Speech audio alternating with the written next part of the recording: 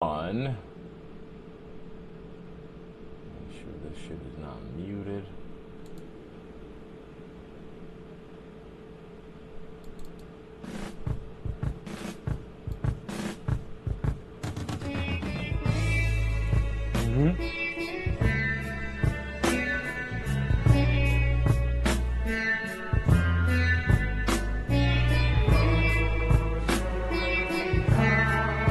I've been on my grown man shit, you know.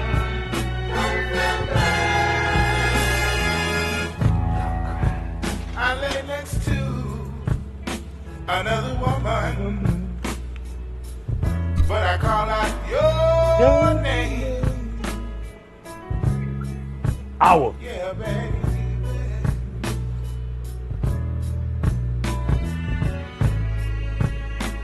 And I really want to see you right now. But right now, I can't. What up? Welcome to the show. Fly Degenerates on a Thursday. Thursday the 13th, not Friday the 13th. Today we're going to get into, we'll do a little bit of a, probably a closing of the casket on the NBA Finals and the Dallas Mavericks. And we have a music album review, a movie review, and some NFL futures talk. But before we get started, Word Life, how you feeling today? Chilling, man. Good. I'm happy to be here. You know what I mean? That intro song brought to you by Word Life from last week. And Mr. Flex, how are you feeling this fine Thursday evening? Fantástico. Un saludito para mi gente del internet. Oh, wow. Look at that. He's in it. He's in one. I love it. I love it. I love it. I love it. So, last night we had Game 3 of the NBA Finals.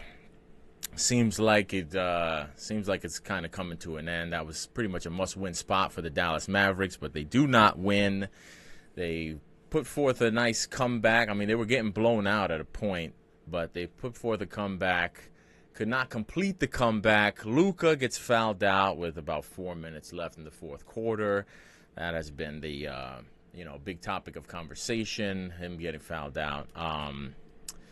But it just looks like, kind of the classic, the team that finally gets over the hump. It feels like Boston, having been there, having been kind of knocking on the door the last few years. They're probably definitely the more playoff and just finals tested team out of the two. Unfortunately, it feels like I still say this whole playoffs has been kind of, unfortunately, the story of the playoffs has been the injuries. I don't want to take anything away from Boston. They've been super dominant, especially this finals, I think, has been their most impressive series performance so far. So I don't want to take anything away from them. They're busting the Mavs' ass, and there's no, I feel like everybody wants to kind of point to, well, Kyrie's not doing enough, and Luka needs to do this, and the role players need to show up. But the fact is that Boston's just busting their ass. I mean, Boston is doing what they came to do, and I feel I was concerned. I thought that maybe they're not having been properly tested coming into the finals, not facing pretty much any team's best players because of the injuries, that they might be vulnerable. They've shown to be vulnerable in the past, kind of freezing up in some of these big spots in seasons past. But I think that this is their time, and I think that they're showing it, they're proving it, and I think that I don't know if I wouldn't be shocked if they sweep, if they get it done tomorrow night and end the series. But seems like it's just I don't know. I feel left empty. Do y'all feel what I'm saying? Like, I just feel like it's just been, I kind of been waiting to see the Celtics get tested for real, and I guess this is it. And they just busted their ass, but. You never like to see a finals go 3-0 or be, end in a sweep like that. That kind of sucks, but. Yeah, I mean, I think it's a little bit unfair for the Celtics, but it's not really their fault. But it has been uninspiring. Like, it just kind of seems like they didn't get anybody's best shot, like of the teams that they faced. You know what I'm saying? It's like they really didn't face a team that kind of matched up well and was healthy at the same time. So it's almost like you could easily kind of like it was just unimpressive. You know what I'm saying? Yeah. So It was I'm saying too easy. it just felt like it was a little bit too easy. Yeah. So I don't know. That's just my overall. Like I know it sucks, but it's unfair for them. But that's just kind of like what it felt like. Yeah. Yeah. Well, Kyrie finally showed up. I mean, he was terrible in games 1 and 2. He finally had a good game in game 3, but wasn't enough. I didn't think Luka had a great game. I don't think really Luka's had a great game this series, to be honest. I know that a lot of people thought he did. He had a good game in games 1 and 2, but I don't know, man. Like, in watching those games, like, yeah, in the first game he had 30 points, but I don't know, man. It seemed like in the first game, it seemed like he wasn't, not that he wasn't ready for the moment, not that the moment is too big for him, but I just didn't feel like he was ready for the intensity that Boston came out with in the first game.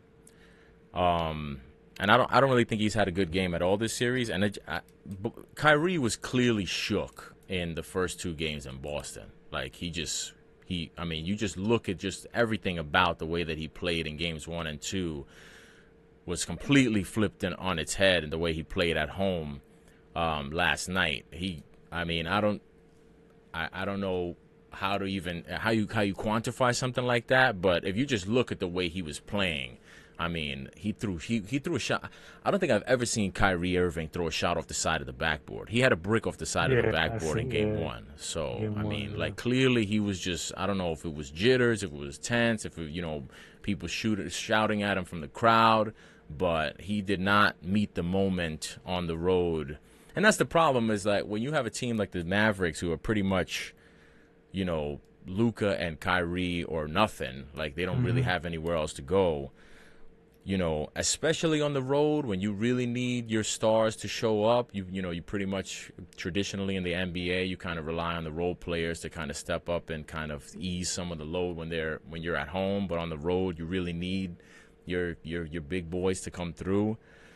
Yeah, they really they didn't really have a shot in games 1 and 2, but it just really feels like they didn't have a shot in this whole series. They're just not good enough. And it's weird because I feel like, as much as I love Luka and him, I like the way he plays. I like that he takes complete control of the game. He takes everything on his back. He pretty much goes out every time like, win or lose, it's gonna be on me.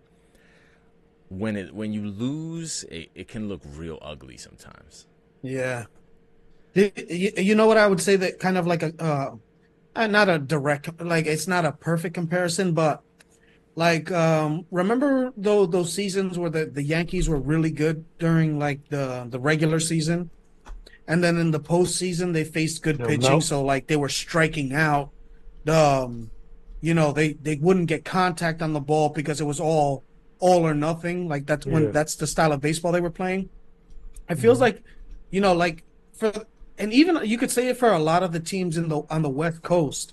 It just in the Western Conference, it just feels like they play a certain style of basketball, and then when you get to the playoffs and when they're like, they're not calling as much as they're not calling all the ticky tack fouls that they like to get, or you know what I'm saying? Or the game isn't as open and it's more slow paced, and you've got to face a team 2 days later again, over and over again. It almost just feels like yeah, that's all good. That's all good for like the regular season.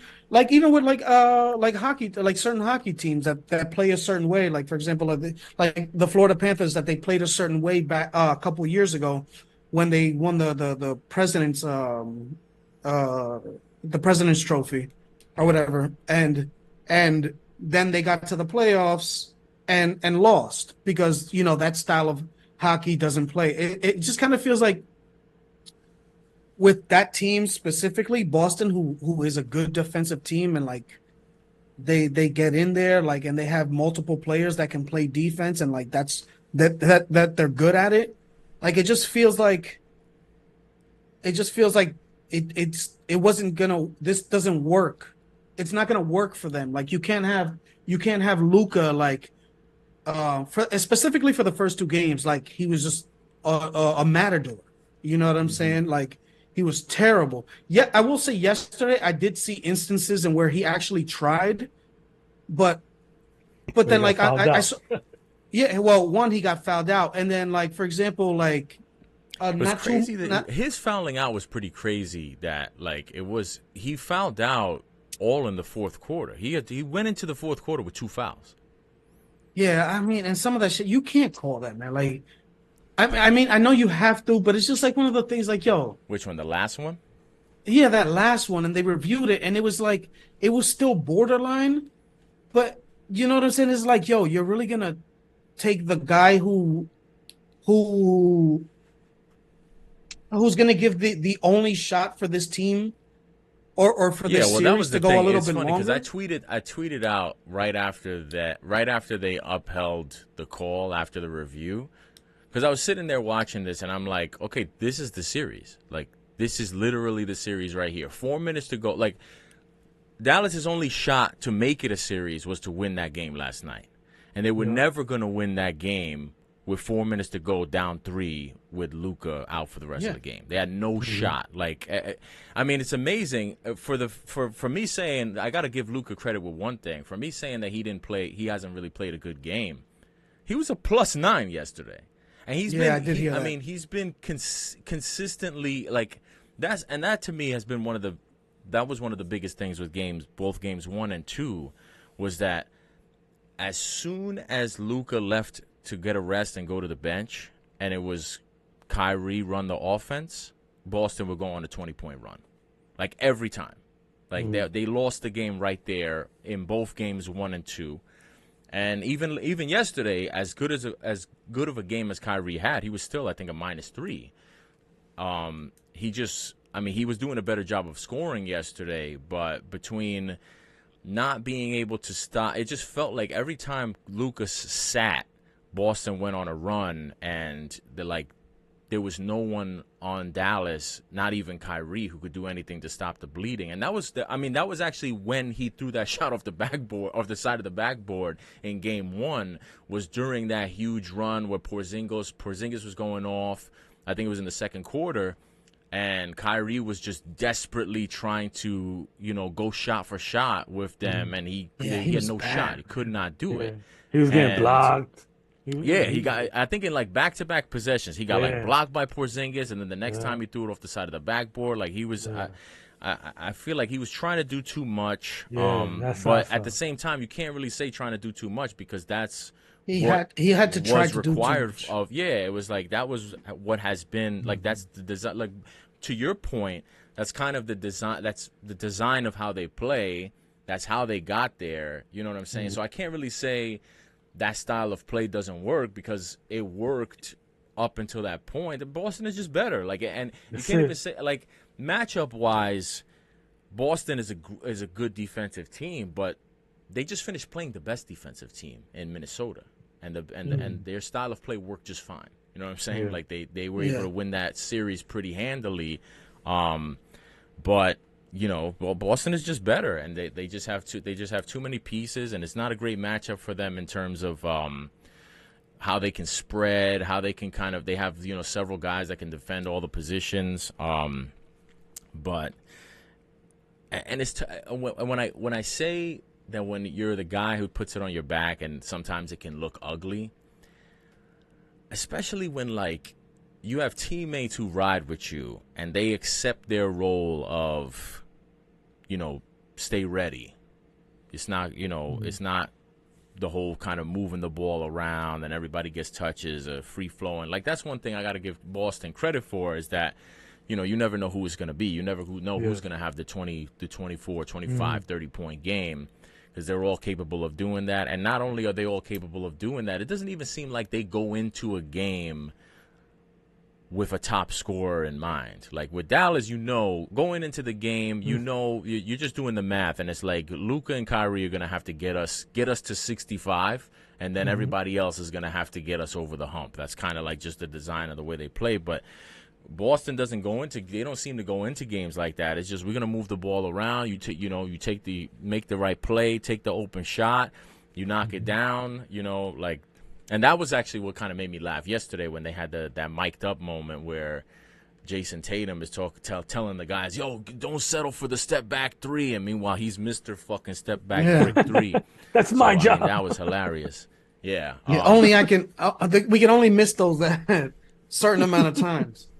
But it's it's crazy because it's like, Jason Tatum has had the luxury of having what Luka and Kyrie don't have.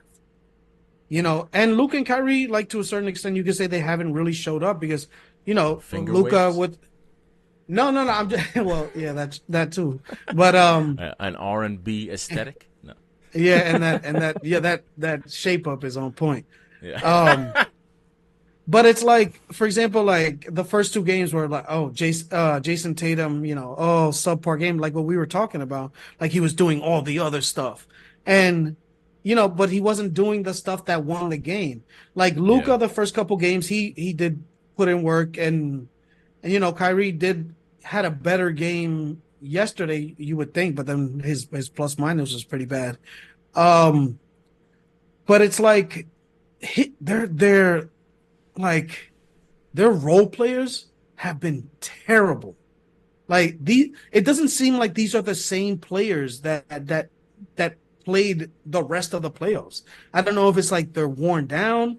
I don't know, but like PJ Washington honestly, in I spurts. just gotta give Boston credit. I think that they're just shutting them down. Well, I'm saying, okay, that's fine. I'm just and saying. Also, I think what it is, that's the I reason think is that they have the defenders to play Luka and Kyrie straight up, which you would have thought Minnesota would have been the best team equipped with man defenders who can do a good enough job on Kyrie and Luka that you don't gotta help off of the role players so much that they get these wide open threes and they're the ones that kill you.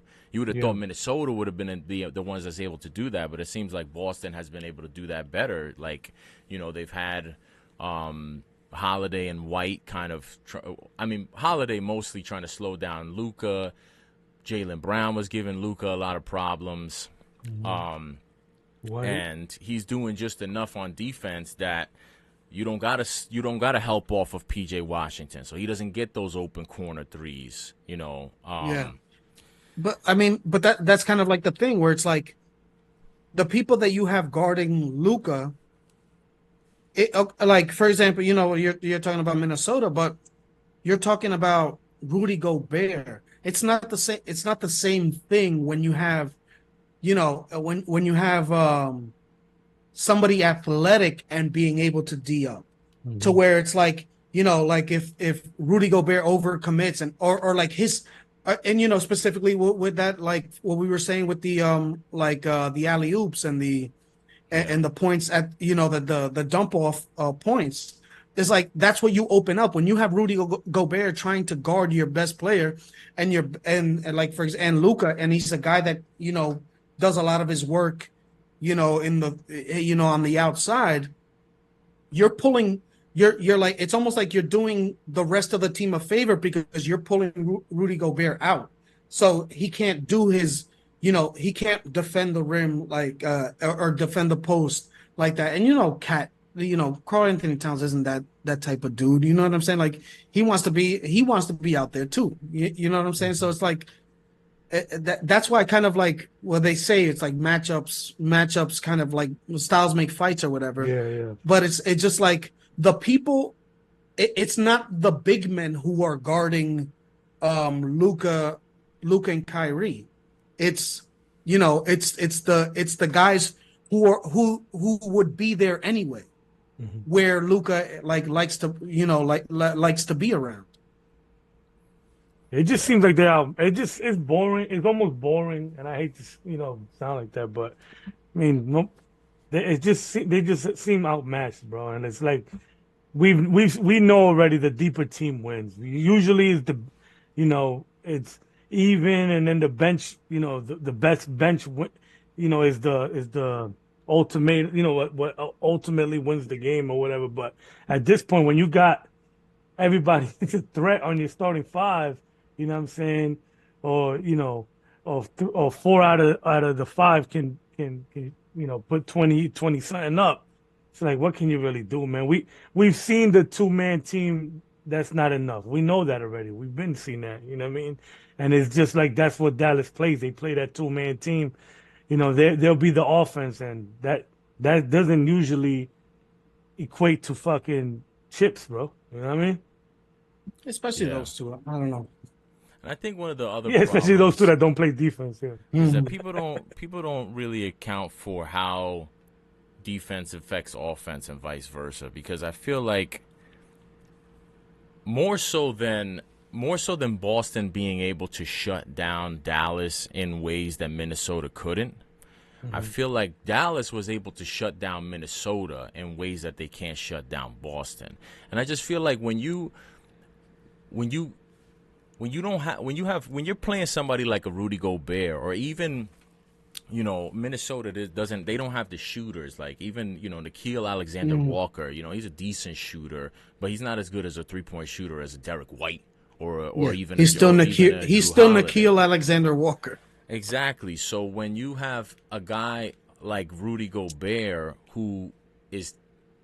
he's not going to put any pressure on the defense. He's not putting any pressure on like Dallas's defense. So Luka doesn't have to work as hard. Kyrie doesn't have to work as hard on D. You can have you can have Daniel Gafford and Derek Lively be more of rim protectors, because they don't got to worry about Rudy Gobert pulling them out to the 3-point line, and they got to defend the three. Whereas with Boston, they go 5 spread, and you got Porzingis in the corner, and you got Al Horford in the corner, and they can knock down the three. When Porzingis goes out, the guy who comes in behind him, that's what he does, is hit threes.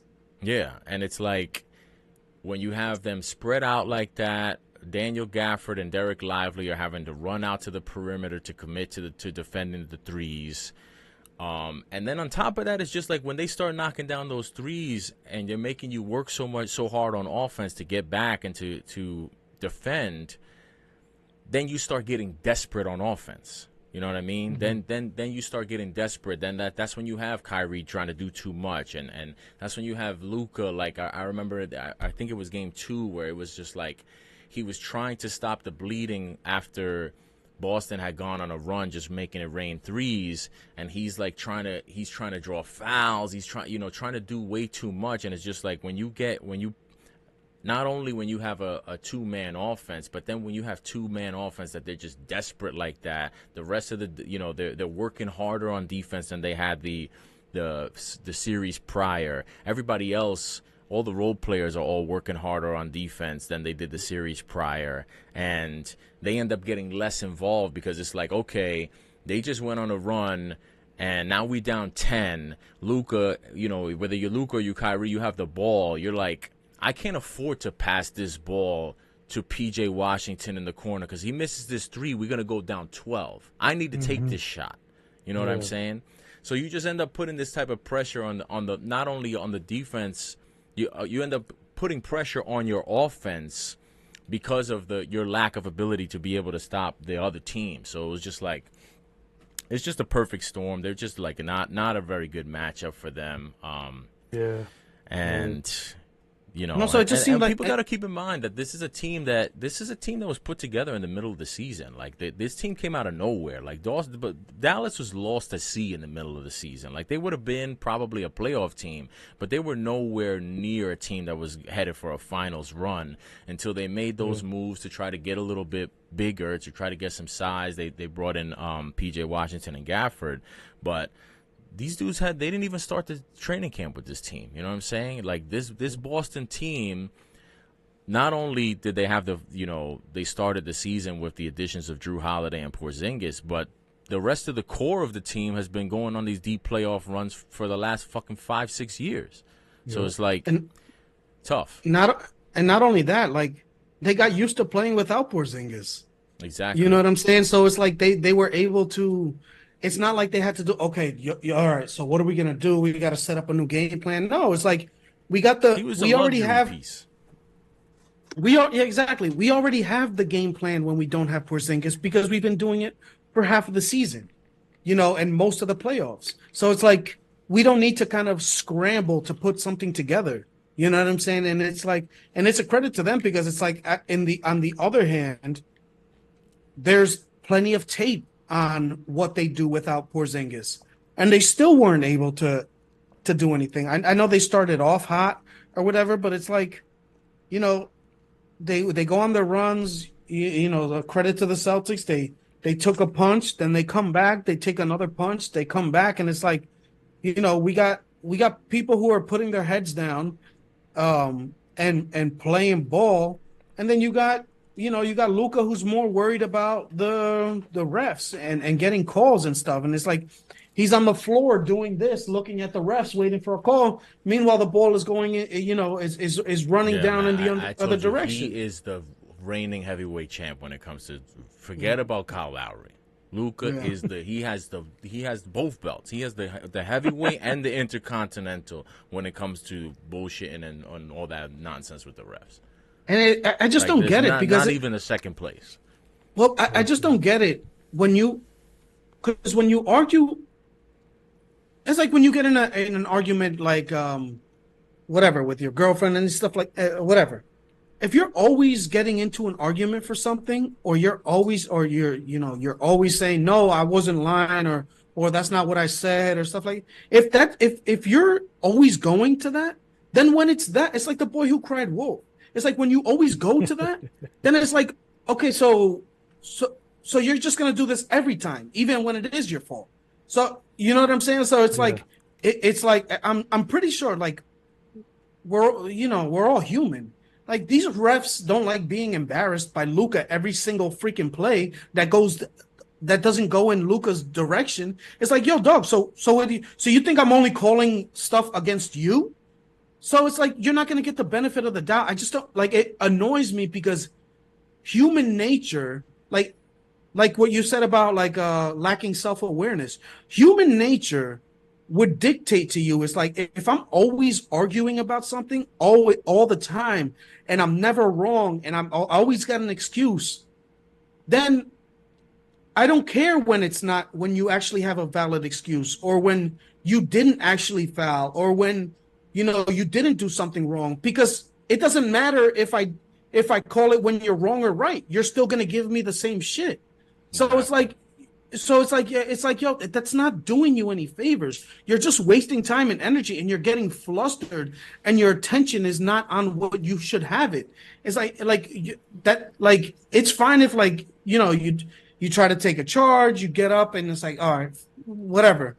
But it's like you're arguing, and then you get up, and then you do all of this stuff. It's like they don't want to do you a favor. On that last call, the call he got fouled down on, the first thing he does is like, you better review that shit. It was like what you're doing is kind of like making a spectacle out of the referees. It's like the same. That's why they don't let you call, like with the umpires in baseball. They don't let you argue balls and strikes because they're going to kick you out.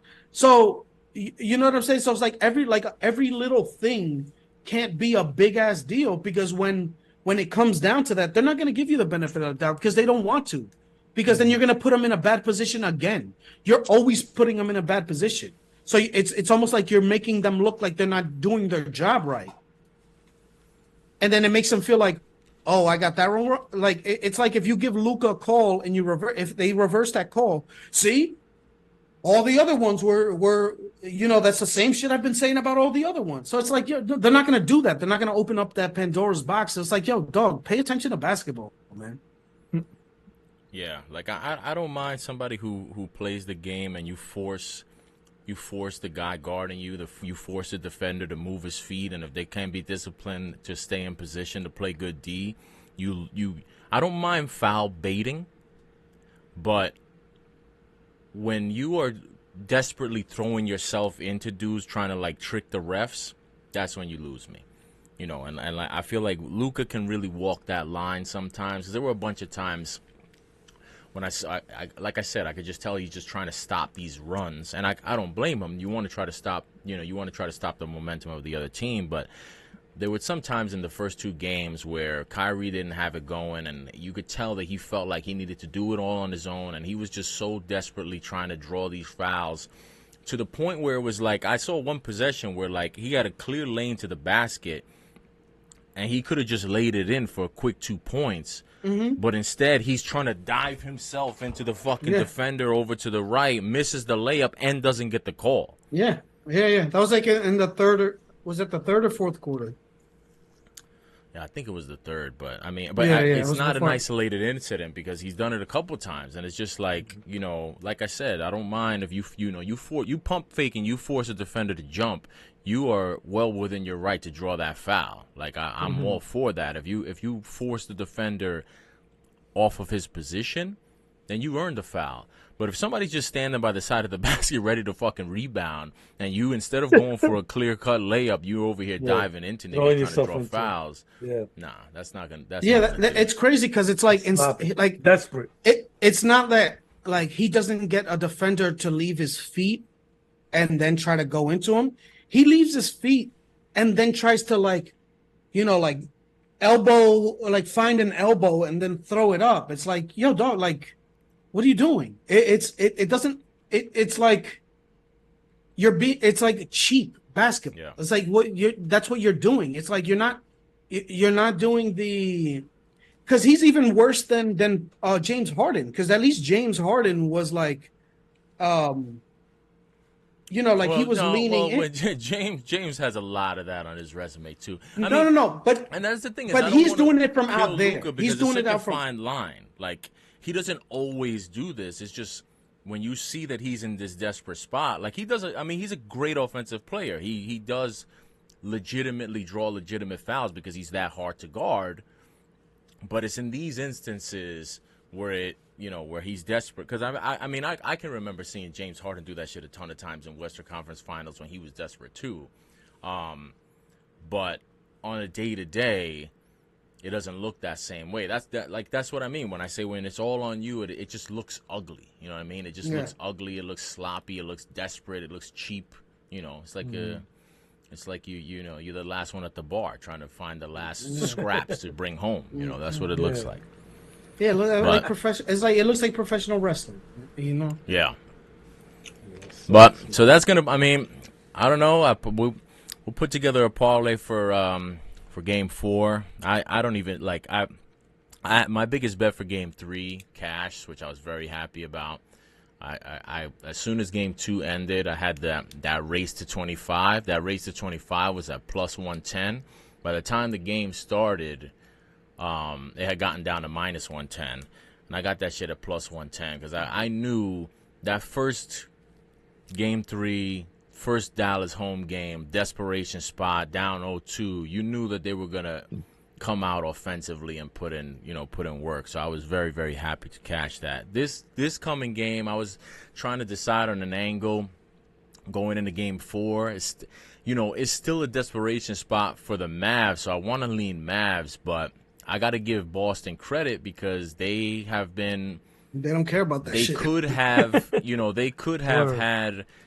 they could have come into yesterday's game feeling complacent and lost, or not gotten blown out, but they clearly look like they were not taking that game for granted, like a lot of other teams may have. So, I'm not gonna. Normally, you're kind of looking to see if the team that's up 3-0, are they going to take the foot off the gas, and you're going to find a spot where you can put a nice bet on the desperate team. But it doesn't really look like Boston's taking that foot off the gas. I think they've been there too many times. I think they know how quickly these things can turn if you fuck around. I think they may have finally kind of realized that because I feel like they have been victim of. The last couple of seasons, they've been victims of kind of taking shit for granted and fuck around and fuck around and find out. So open the door for the Miami Heat. I don't think that's what I'm saying. They're gonna put their foot on the throat. You know what I'm saying? And if Porzingis is probably not gonna play, and he's like the only player that you think may have that mentality. But these other guys, they suffered all of that. Like that same starting five, Mhm. Drew Holiday, obviously had put on a previous team. Like they've already been through that. Like they know that they can't slack because you go down 3-1, then the next game, if you lose, it's 3-2. And then, like you don't know how, like what the criticism is in crunch time with the Celtics. Like that's crunch time in terms of games. You know what I'm saying? Like you put pressure on the Celtics and you don't know how they're going to hold up. So I don't think they want any part of that. They're going to go all out and damn well Joe Mazzulla has that same mentality, because he's like a maniac like that. Like he's not going to take that shit for granted either. So I think that they're not going to like they're going to go out, they're going to give it their best shot. That's like me specifically. I think like either Kyrie threes or Luka Doncic threes because they're going to try to like blow you know that heavy onslaught from the beginning. They're going to Yeah. try to see if they could they can go up and maybe dig a hole for the Celtics that they're going to have to try to shoot out of. And I think that there's going to be a lot of there's going to be a lot of three attempts. So either one of those two, the overs. I know the Doncic are pretty high. The last one for Kyrie was at 2.5. I just think like they're going to go out shooting. Yeah. Yeah. My first look is going to be on the first quarter over, but take some time to look at that, and we'll put something together. Maybe put it out on social, on TikTok or something. We still got time before that game kicks off. But let's take a little break, and we'll come back, and we'll get into some more stuff. We'll get into some NFL and some other shenanigans. Shenanigans.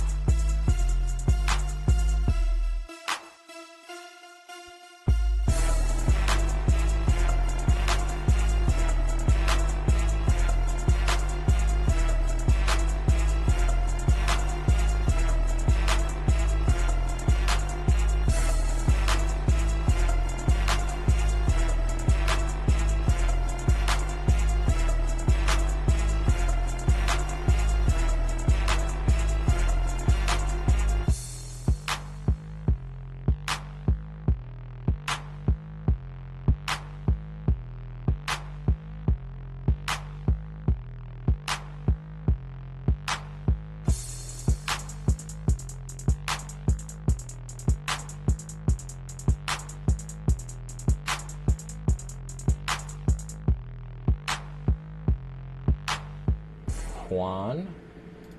Speaking of Juan. Nice.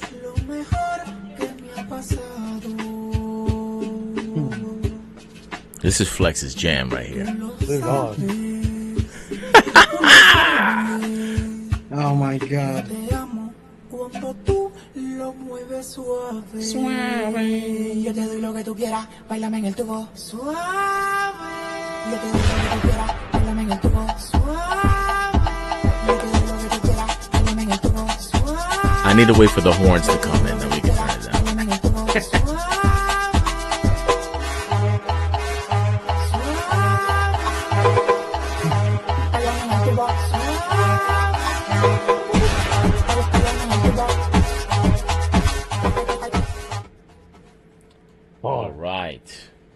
All right. So we're back. We're gonna get into some NFL. There's not a lot going on really with the NFL right now. You know, teams just starting to report to their camps, but we can kind of start to get into some of these futures props. There are some interesting props that have been popped up at the books with some interesting prices. So we'll do a little auction style prop auction, I guess. This will be the 2024 Fly Degenerates prop auction, preseason prop auction. Everybody has 1,000 increments of 100, and then at the end of the season, once it all comes together, and you know what, we can include, if you want, we can include the over unders that you said you had with that. Okay. Well, I'll mention the 6 that I like. Okay. And we'll auction off those 6. Okay. Like it. All right. So right now, DraftKings has a section of futures props for every team. Well, actually, no, not for every team, but they have them sectioned into teams. But not every team has has props on the list. But we'll go down the list and we'll see how far we get. Actually, you know what? I think I want to start. Let's start with the local teams, just to cut right to the chase. 'Cause I feel like that'll be more interesting there. Because I mean, if we go in alphabetical order, the way that the website goes, we're going to be starting with the Falcons, and that's not. I mean, there's some interesting stuff there, but that's not the kind of spice that we want to kick things off with. You know, I think we can eventually get to Will Kirk Cousins, throw 2 touchdown passes in the playoff game. But let's start out with the local New York flavor, because I think that there are some really interesting there's some interesting stuff there, and I'm interested in how y'all view the props and the prices for your respective teams that you root for. Mm-hmm. So I'll let you guys pick. Do you want to start with the Jets or you want to start with the Giants? Start with the Giants. We can start the Giants. All right. Well, the Giants don't have any, so we'll start with the Jets. Neighbor. They must have taken because I saw that they had some of the Giants, but I don't know if they took them off the board or maybe I was looking at a different book. But we'll start with what DraftKings has for the Jets right now. Okay. Cheapest prop they have at plus 100. Mike Williams to score 5 receiving touchdowns in the regular season. At plus 100. How much would either of you be willing to invest in that? I put 200 on that. 200 on that. Wow. Jeez. Getting off to a piping hot start here. Yeah, like the guy at the at the art auction that the first bid is driving $300 million. Yeah. All right, so we got Mike Williams. We got $200. 200 going once. 200 going twice.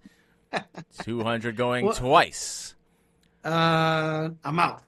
And sold to Word Life. He has Mike Williams 5 touchdown passes in the regular season for $200. Is it 5? Oh, he has to score 6. 5 and 5 up. 5 and up. Okay.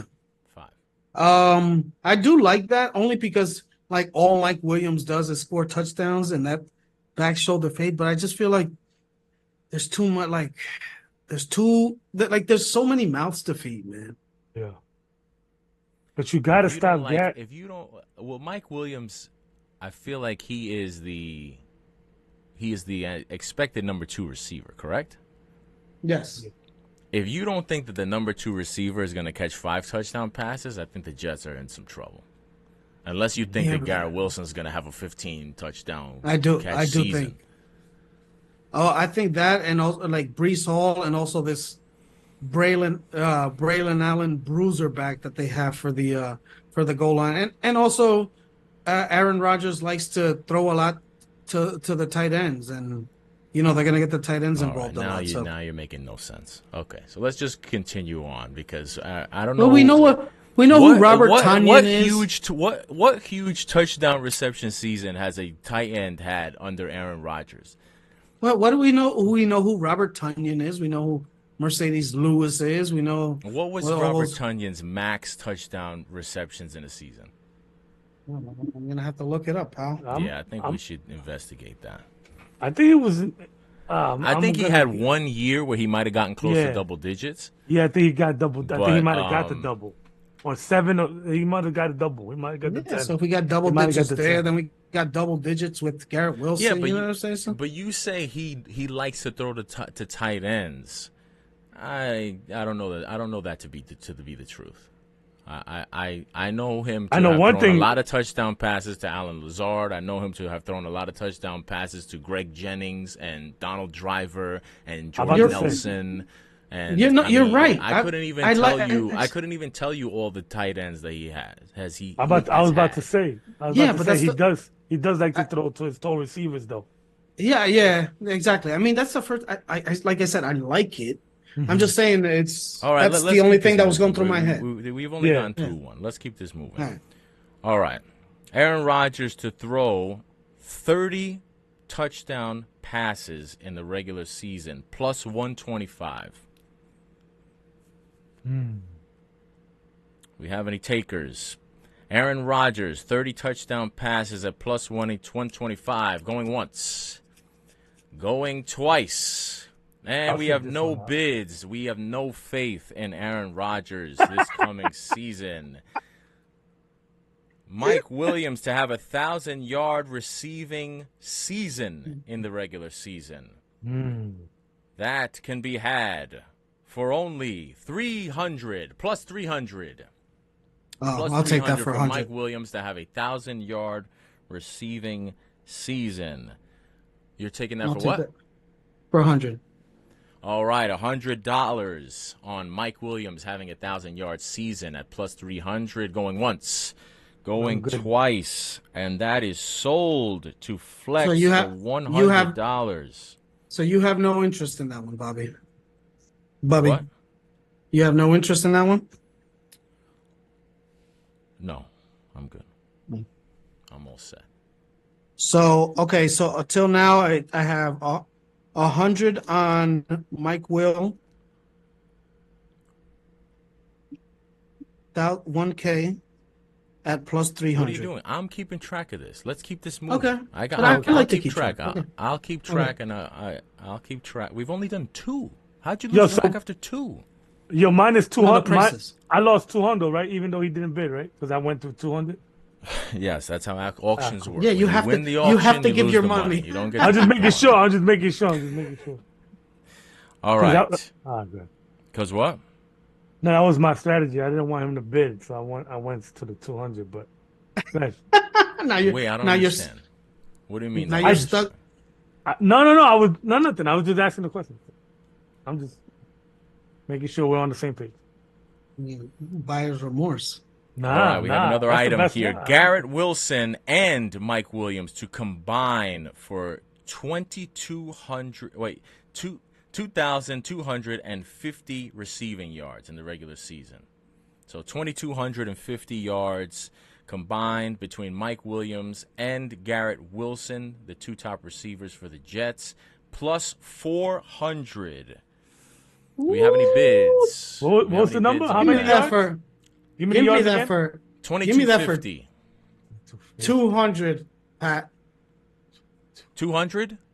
Yes, sir. All right, we have $200. $200 on that bid. Garrett Wilson and Mike Williams combining for 2,250 receiving yards. Going once, going twice, and sold to Flex for $200. 2,250 receiving yards for Garrett Wilson and Mike Williams. So he has invested $300 in Mike Williams having a good season. Good luck with that one. Hopefully he doesn't get hurt like he always does. Well, I mean, After Garrett Wilson's that, going to have we 15, have- so. What's that? Garrett Wilson's going to have 15, so. I can Gonna see have You know. 15 what? 1,500. Okay. So, I mean, all I need is 751. Yeah, and then you'll lose the one you just bid on for 1,000. What are you talking about? Anyway, all right. So Well, that's why I moving put 100 on. on that. Covering my bases. You make no sense at all. Okay, Brees Hall. Brees Hall to have a 1,000 rushing yards and 500 receiving yards. Both of those need to happen for you to win this bet. Brees Hall, 1,000 rushing yards and plus 500 receiving yards. And that can be had at plus 450. So, $100 to win 450. Brees What do you Hall, have 1,000 last? yards, 500 yards. Going once. Going twice. All right, off the board. Brees Hall is off the board. Next up, Garrett Wilson to have 1,500 receiving yards that Flex just predicted he would have. 1,500 receiving yards in the regular season. But Flex, if you don't bid on this, you are a fucking liar. All right, Garrett Wilson. I'm not a homer. 1,500 receiving yards season can be had at plus 600. Plus I like- 600. Can I go 50? Can I go 50? No, you cannot go 50. All right, then give me 100 then, man. All right, that's- $100 for I like Garrett that. Wilson to have 1,500 receiving yards. $100 to Flex going once. I'll go $100 two. going on. twice. We have 200. We have a second bid. $200. Garrett Wilson over 1,500 receiving yards. $200 to the gentleman in the Titans hat going once. $200 going twice. And sold to Word Life, Man. $200 at plus 600. Excuse me, Garrett Wilson, 1,500-yard season. Congratulations on that. Next up, we have the New York Jets to win 14 regular season games. 14 regular season games at plus 750. New York Jets, 14 regular season wins. 14-3 or 15-2 or 16-1 or 17-0. Plus 750. New York Jets. Any bidders, any takers going once? Going Okay. twice. And for that reason, I'm out. And off the board. Off the board. This hybrid Shark Tank auction game we have going here. New York Jets. 14 regular season wins, no bidders. New York Jets to score one passing touchdown in every regular season game. Plus 850. New York Jets, one passing touchdown every single game, plus 850. Do we have any bidders? Going once. New York Jets, one passing touchdown every game, going twice. And off the board. Man, that's tough. really not showing any faith in Aaron Rodgers here, but we will continue on. I mean, it has to be Garrett everyone. Wilson. What's that? If he misses a game, we saw what happened when Tyrod Taylor came in against the Jets, and Okay, but if he misses a game, your Mike Williams bets are dead. So, I mean, there's that. But anyway, okay, Garrett Wilson, 15 receiving touchdowns in the regular season, plus 1,200. Garrett Wilson to have 15 receiving touchdowns, going once, going twice. We have no bidders. Okay, Aaron Rodgers to throw for 5,000 yards in the regular season at plus 1,800. Aaron damn. Rodgers, 5,000-yard season going once.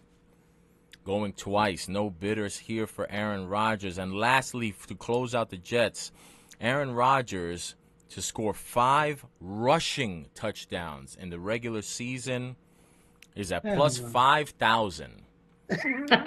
Any bidders on Aaron Rodgers turning back the clock, the fountain of youth, the Joe Rogan medical assistance program, healing that Achilles to him to the tune of him scoring 5 rushing touchdowns? Do we have any bidders? Going once, going twice, and that's going to do it for the Jets. I hope he props. doesn't even attempt that shit. Exactly. You're all going to be looking like fools when he shows us how he's got those wheels back after that tremendously effective surgery that he had on that Achilles. All right, so since we have no Giants props, That's crazy. Not even on we'll neighbors. skip the Giants and we'll go to Eagles. Are you only on I'm sure there'll be DraftKings? some interesting Saquon stuff there. Yeah, I'm starting with DraftKings. Yo, I'm wondering. I'm gonna check as, FanDuel real quick. as far as rookie, he should be. Neighbors should be in there. He should be, but he's not. So let's get through this auction. Come on, let's go. Let's go. All right. Philadelphia Eagles special. Saquon Barkley to score. Wait, what is this? Oh, to score 2. Oh, you're going to love this one. Saquon Barkley to score 2 regular season touchdowns against the New York Giants.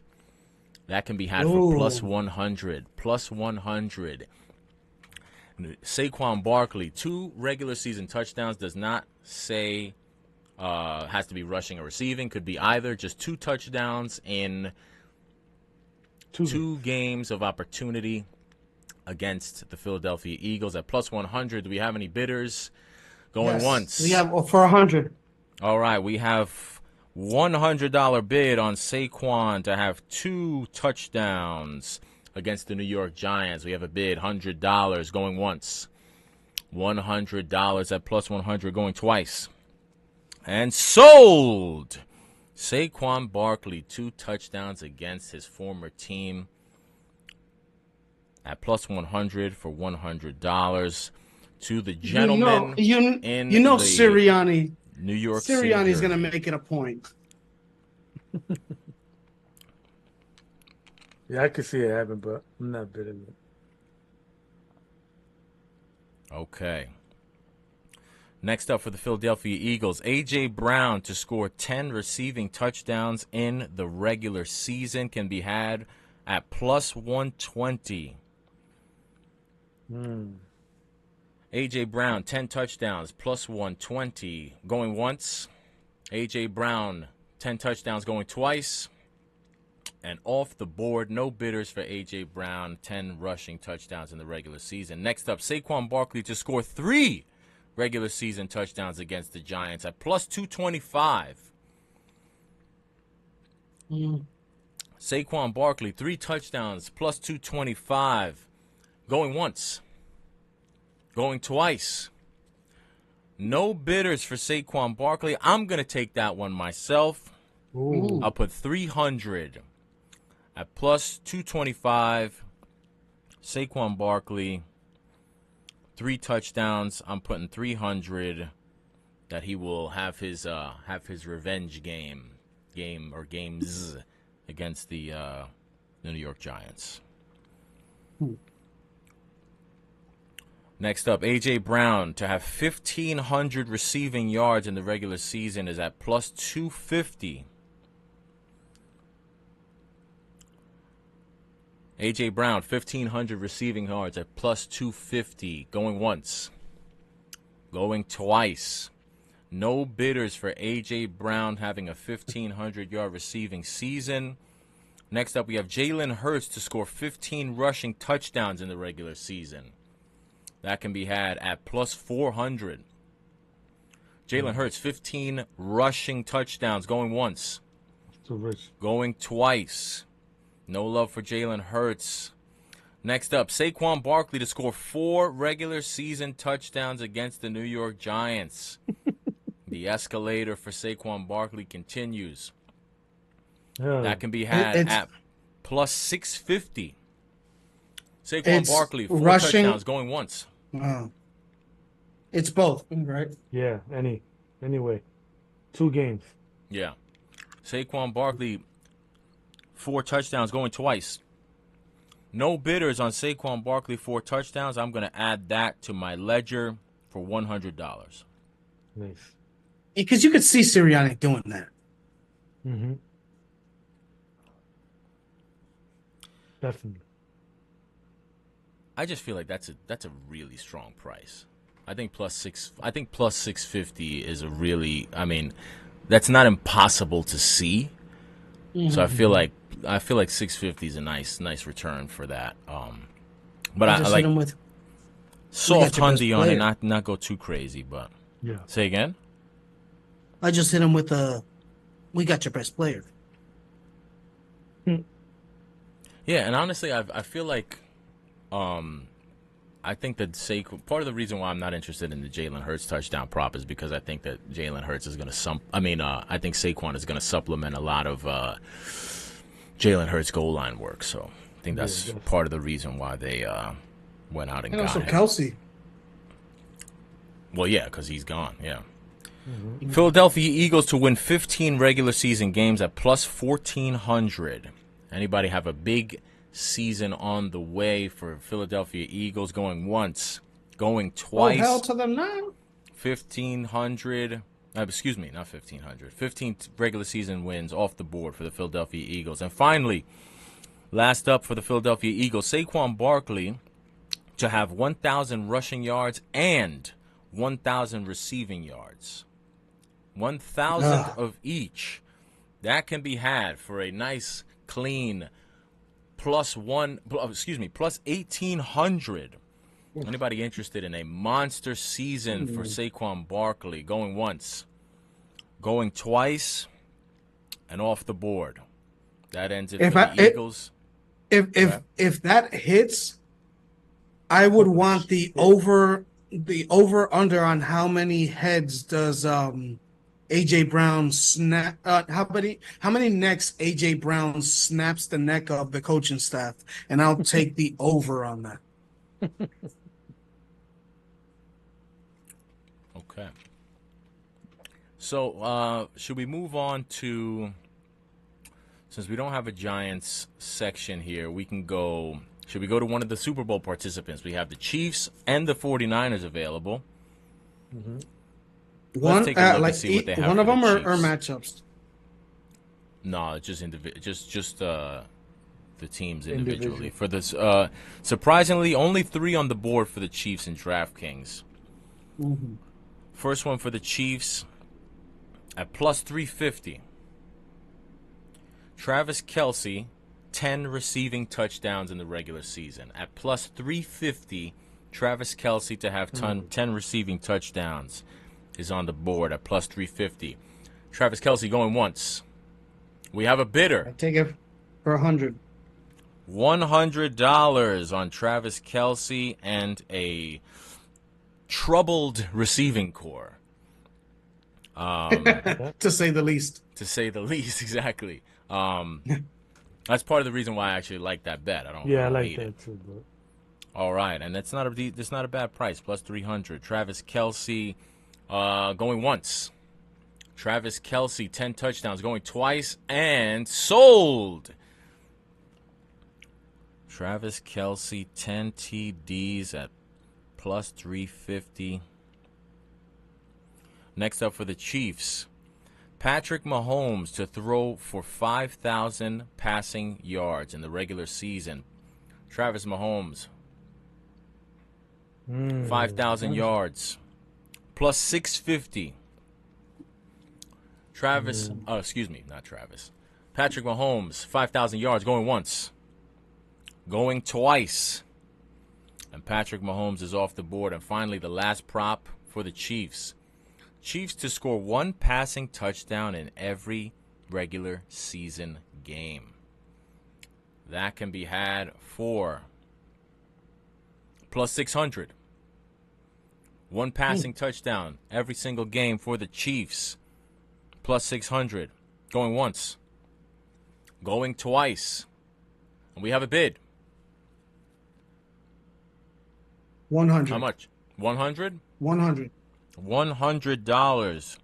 We have $100. Do I hear two? Do I hear $200? Chiefs, one passing touchdown in every single regular season game this coming season. Going once, going twice. Sold. All right. I wonder what's the odds. How many teams do that a year? Does that happen frequently? Throw a passing touchdown in every game? Yeah. I don't know. That would be an interesting thing to look up. I mean, I'm sure it's been done, but I'll bet it's probably not nearly as often as you would think. Yeah. Like, I feel like on its face, you kind of think, like, yeah, Patrick Mahomes, you know, exactly. 17 games, you know, you're talking about quarterbacks that throw 30-plus touchdowns. Mm-hmm. But, yeah, there's always that one hiccup in there. Yeah. All right, so let's move on to the 49ers. 49ers have 5 different props here available. Starting off with the first one, we have Deebo Samuel to score 5 receiving touchdowns and 5 rushing touchdowns in the regular season. That can be had at plus 650. Deebo Samuel, 5 receiving and 5 rushing touchdowns. Do we have any bidders? Deebo Samuel, 5 and 5, going once. Deebo Samuel, 5 and 5, going twice. And Deebo Samuel is off the board, plus 650 for his 5 and 5 touchdowns. San Francisco 49ers to win 15 regular season games. That can be had at plus 800. 49ers, 15 wins, going once. 15 wins for the 49ers, going twice. And 49ers 15 wins is off the board. Christian McCaffrey to have 1,000 rushing yards and 1,000 receiving yards. Damn. That can be had, and that is at a hot plus 1,200. Christian McCaffrey, 1,000 receiving and 1,000 rushing yards, both in the season, going once. Christian McCaffrey going twice. And we have no Oh, right on. Not a the- late bid there. Right at the buzzer. What was that? 100. How much you got on that? 100. 100. All right. 1,000 Christian each. McCaffrey. That's crazy. At plus 1,200. That's a nice price. Now we have Christian McCaffrey, 2,000 rushing yard season. That can be had at plus 1,400. Christian McCaffrey, 2,000 rushing yards next season, going once. Christian McCaffrey, 2,000 yards, going twice. The newly extended Christian McCaffrey. Hey. Hey, yo. And Christian McCaffrey, 2,000 rushing yards off the board. And last but not least, Brock Purdy to throw for 5,000 passing yards in the regular season. That can be had at plus 1,400. Anybody interested in Brock Purdy to have a 5,000 passing yard season going once? Brock Purdy going twice. And Brock Purdy's off the board. All right, so do we know, do you know how much money you have left? I mean, I could add it up. Have you No, keeping I track have of that four. at all? I have 400 left. All right, have you been keeping track of yours? I only wasted 400. So Okay, so you have 6 left. All right, next team we go to. Let's go to Word Life's favorite team, America's team, the Dallas Cowboys.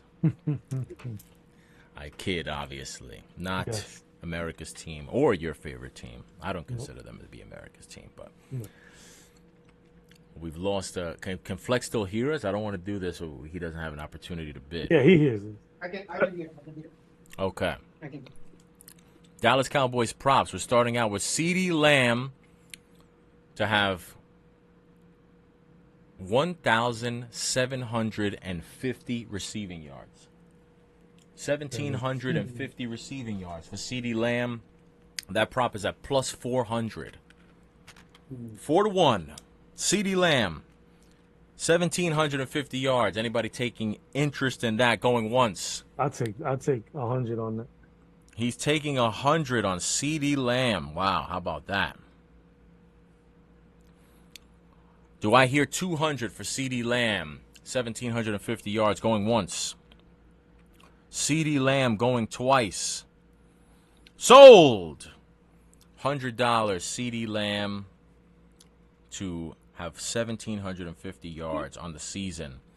Next one up, CeeDee Lamb, 15 receiving touchdowns at plus 600. CeeDee Lamb, 15 receiving touchdowns at plus 600. Do we have any bidders? CeeDee Lamb going once. CeeDee Lamb going twice. CeeDee Lamb off the board. Next up, Dallas Cowboys to win 14 regular season games, and that is at plus 700. 7-1. Dallas Cowboys, 14 regular season wins going once. Any bidders going twice. And nobody interested in the Dallas Cowboys having a big 15-14 win season. Dak Prescott, 5,000 passing yards, plus 1,200. Dak Prescott going once. Dak Prescott going twice. Nobody interested in Dak Prescott. And ladies and gentlemen, we have our first defensive prop. Nice. Micah Parsons to record 20 sacks in the regular season can be had for plus 1,600. Micah Parsons, 20 sacks, plus 1,600. Micah Parsons going once. Micah Parsons going twice. And no one taking Micah Parsons. Defense. Apparently no one has interest in defense here. All right, so that's going to close out Dallas Cowboys. Shall we go next? Where should we go next? We have the Steelers available. Anybody interested in what the Steelers props might be? Let's see. Russell Wilson to throw for 3,500 yards, 3,500 passing yards for Russell Wilson in the regular season at plus 180. Russell Wilson, 3,500 yards going once. Russell Wilson, 3,500 going twice. And Russell Wilson is off the board. Next up, Alex Highsmith. We have our second defensive prop, Alex Highsmith, to record 10 sacks in the regular season at plus 185. Do we have any takers? We have a bidder. Alex Highsmith, 10 sacks at plus 185. What is your bid, sir? 100. We have a $100 bid on Alex Highsmith to have 10 sacks. Do I hear 200? Alex Highsmith, 10 sacks going once. Alex Highsmith, 10 sacks going twice. Sold! Alex Highsmith, 10 sacks at plus 185 to have $100. Okay, the next one up. Russell Wilson to throw 25 passing touchdowns in the regular season at plus 190. Russell Wilson, 25 touchdowns. Going once. Russell Wilson, 25 touchdowns going twice. And no love for Mr. Unlimited. The Danger Witch is no longer dangerous. Russell Wilson. Flex's favorite player, George Pickens, to have 1,250 receiving yards in the regular season. George Pickens, 1,250 yards. And that is at plus 225. Do we have any bidders on George Pickens to have a 1,250-yard season? George Pickens going once. Cheeks, how many millions? George Pickens. We have Cheeks. We have a bidder. George Pickens. A hundo. 100 on George Pickens to have 1,250. And then after George Pickens, next up, I can't imagine if you wouldn't take Russell Wilson to have 25 touchdowns. You're definitely not taking him to have 30 passing touchdowns. Hold on, you didn't let me. I was gonna beat Cheeks at George Pickens. Bullshit, you were. I was. Okay. What's your bid? 200. Okay. That's a good fucking bid. You're so full of it. Okay. Are you gonna go 300? You could go $200. 300 if you want. I He's know just I could, trying to but get you to bid I'm gonna up. let He's you. just I'm trying gonna to let get he's you just trying to fucking steal your think money. though too. He had 1140 last year. He's a beast. I love the kid, but I got to spend my money wisely. I want to go to George teams. Pickens, Other teams. $200, 1,250 yards, going once. George Pickens going twice. Sold Hey, to his that's a good one. biggest fan for $200. I knew you loved Russell him. Wilson, 30 regular season touchdown passes at plus 450. Can't imagine Okay. anyone's interested in that. Russell Wilson going once, George going Wilson? twice. George Wilson. Russell Westbrook.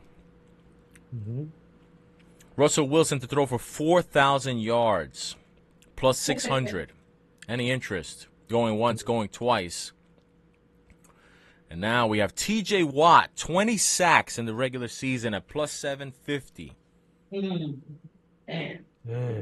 T.J. if Watt, anybody can. plus 750, 20 sacks.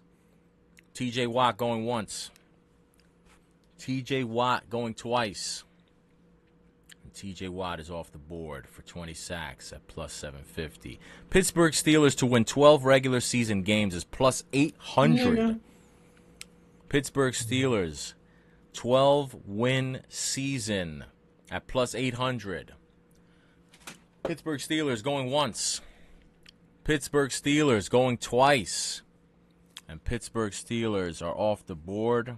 To me, I'm going to take the Pittsburgh Steelers to have 12 wins at plus 800 for $100. Nice. And why did this thing just reload?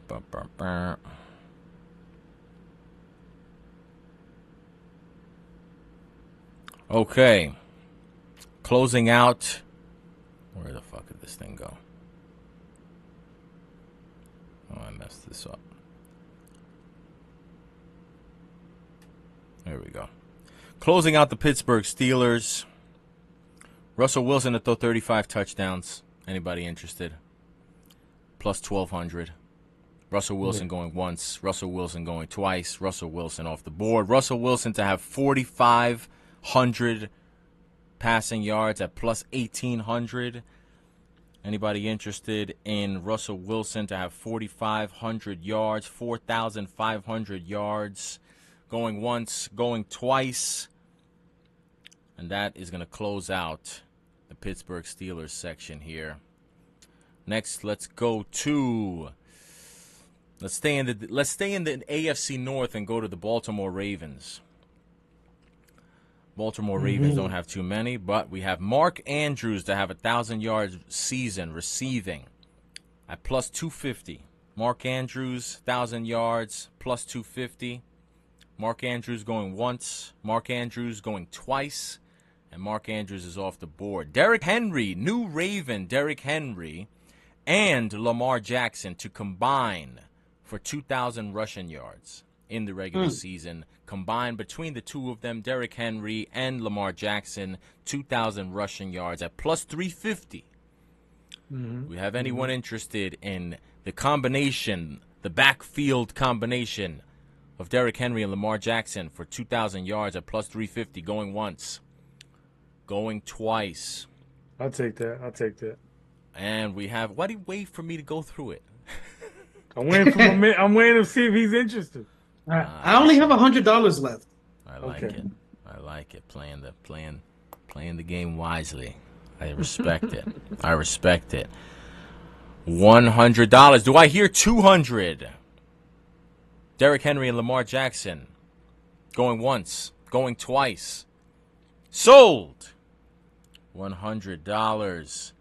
Derrick Henry and Lamar Jackson combining for 2,000 yards. And that is all yours, Word Life. Next up, Zay Flowers to have 10 receiving touchdowns on the year at plus 450. Zay Flowers, 10 tutties, plus 450. Any takers? Zay Flowers, 10 touchdowns going once. Zay Flowers, 10 touchdowns going twice.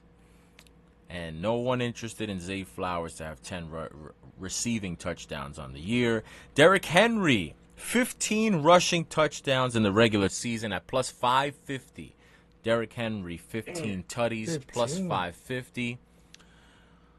Do we have anyone interested? Any bids? Derrick Henry, 15 rushing touchdowns in the regular season at plus 550.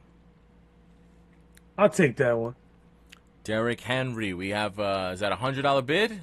Yeah, $100. We have a $100 bid on Derrick Henry to have 15 regular season rushing touchdowns. Do I hear 200? Derrick Henry going once. Derrick Henry going twice. Derrick Henry sold 15 touchdowns at plus 550. And last but not least, closing out the Baltimore Ravens. Here's a good one. Baltimore Ravens to score 1 rushing touchdown in every regular season game is at plus 800. No, that's crazy. Man, Ravens, crazy, 1 bro. I can rushing see them touchdown, doing plus 800. Doesn't have to be from one person. Could be anybody. Just 1 rushing touchdown in every Baltimore Ravens game. Plus 800 going once. Going twice. And I'm going to take for $100 the Baltimore Ravens to have 1 rushing touchdown in every regular season game next season at plus 800. Nice. And that closes out the Ravens. Next, we'll move on to the earlier mentioned Atlanta Falcons, because they have some interesting additions there. It'll be interesting to see how these things get priced with Kirk Cousins and Michael Penix. Atlanta Falcons. Kirk Cousins to throw 30 regular season touchdowns at plus 125. Kirk Cousins, 30 touchdowns, plus 125. Do we have any takers? Going once. Kirk Cousins, 30 touchdowns, 125. Going twice. You say hell no? No. Yeah, no. All right, Kirk Cousins off the board. Next up, Drake London to have 1,250 receiving yards in the regular season. 1,250 receiving yards for Drake London in the regular season. That is at plus 200. Drake London going once. Drake London going twice. Drake London off the board. Bijan Robinson, 10 rushing touchdowns in the regular season. That is also at plus 200. Bijan, 10 rushing touchdowns. Receiving touchdowns not included. Bijan Robinson going once. I'll take Bijan that. Robinson, who publicly said he expects to be used like Christian McCaffrey this coming season, by the way. Bijan Yeah, I'll Robinson, take that. 10 rushing touchdowns at plus 200 going twice. I'll take that. I'll take that. We're taking Bijan. Is that a $100 bid? Yes, sir. 100. I'm at 300. I like the way you're spending your money. You're spreading it out nicely. All right, sold. Hey. What are you waiting for me to give you a chance to bid? No. Go ahead. Oh. Kirk Cousins, 4,500 passing yards, 4,500 passing yards for Kirk Cousins in the regular season at plus 425. Kirk Cousins, 4,500 yards at plus 425, going once. Damn, I can see that, man. Oh. Kirk Cousins, 4,500 yards, going twice. Kirk Cousins off the board. Next up, Kirk Cousins to throw 35 regular season touchdowns at plus 450. Kirk Cousins, 35 regular season touchdown passes at plus 450. Kirk Cousins, 35 touchdowns, going once.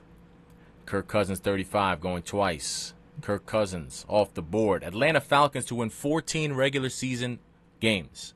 14 wins for the Falcons in a division that is Underwhelming. looking like you could Yeah. win 14 games in there. But there's Atlanta Falcons, there's, 14 wins at plus 500. Going once. That's only 6 games. What, the division? Yeah. Yeah, but I mean, whenever you're talking about winning a division or winning games, I mean, that's what 14. these are the things we talk about, is it not? Mm. Falcons, 14 wins, going twice. Falcons off the board. Kyle Pitts, 10 receiving touchdowns on the year at plus 800. Kyle Pitts, 10 receiving touchdowns at plus 800. Kyle Pitts going once. Kyle Pitts at plus 800 going twice. And I'm going to take $100 on Kyle Pitts, Mm. who will be catching passes from a guy who loves to throw touchdowns to the tight end for real, unlike the invented Aaron Rodgers tight end love. Oh, yeah, but false. I will be taking my guy.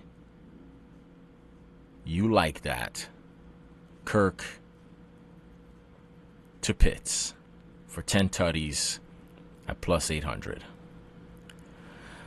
Falcons, 1 passing touchdown in every game next season is at plus 850. Falcons, 1 passing touchdown each game, plus 850 going once.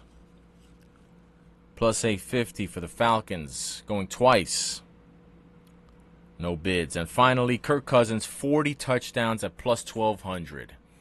Anybody want Kirk Cousins at plus 1,200 to throw for 40 touchdowns? Going once, going twice, and Kirk Cousins and the Falcons are done and off the board. We have 2 teams left here for DraftKings. Let's go to Houston Texans. Houston Texans has a lot of interesting props. Let's start out at plus 400. Stephon Diggs to have 10 receiving touchdowns in the regular season. Stephon Diggs, 10 touchdowns at plus 400. Going once. We have a bid. All I We got only have left is 100. right? Yeah. All right, $100 bid. Stephon Diggs, 10 touchdowns. Do I hear 2? Do I hear 200 for Stephon Diggs to score 10 touchdowns in the regular season going once. Stephon Diggs going twice. Sold. Flex has Stephon Diggs scoring 10 regular season touchdowns at a nice strong plus 400. All right, so now you're out, right? You can't bid anymore, right? You're done? I'm out. All It's right, leverage you're for you closed guys. out. So what? So how much do you have left? I got 300. You got 3. I also have 3. Perfect. All right. Next up, Stephon Diggs to have 1,500 receiving yards on the season at plus 500. Do we have any bids for Stephon Diggs to have a 1,500-yard season at plus 500? Stephon Diggs going once. Stephon Diggs with something to prove going twice. He's And good. Stephon Diggs off the board. Yeah, the auctioneer's not supposed to be opining on this. I know. And it's because you know we thinking like, yeah, that's probable. All right.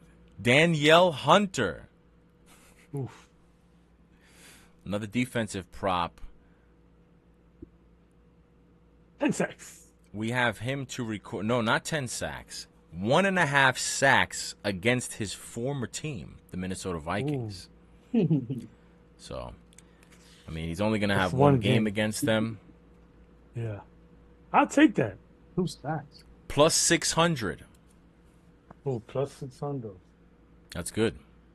What's the bid? $100? Yeah, I put 100 on that. I like that.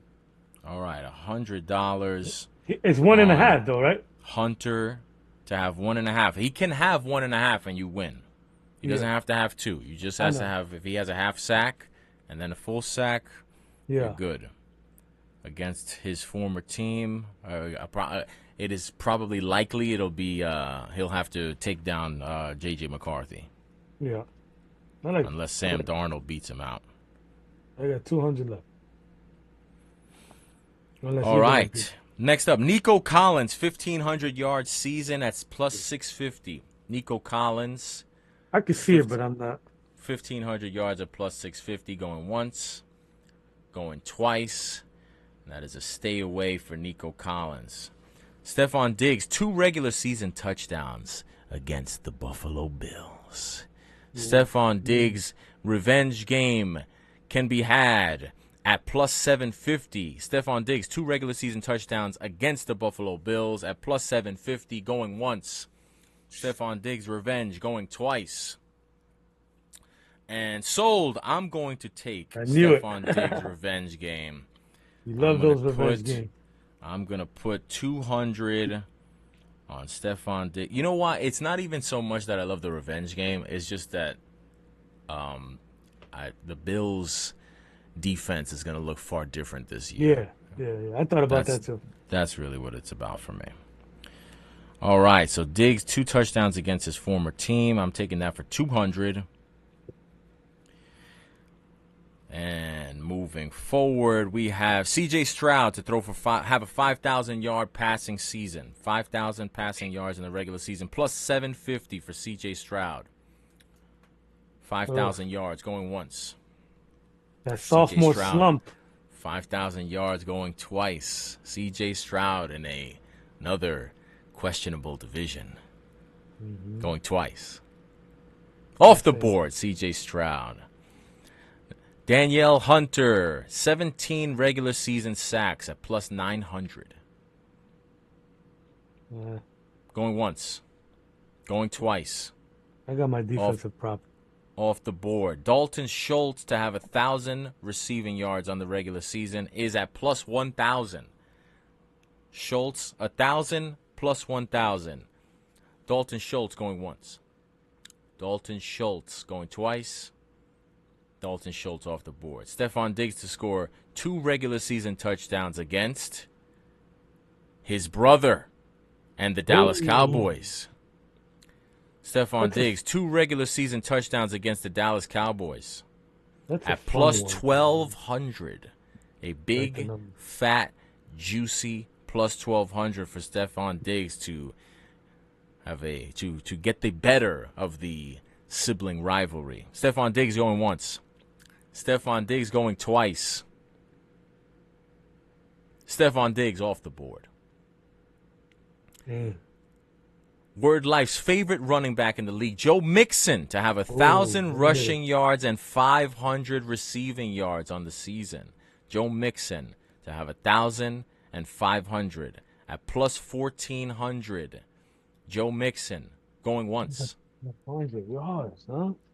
Joe Mixon going twice. Joe Mixon, I'm going to take Joe Mixon to have 1,000 yards rushing and 500 yards receiving at plus 1,400.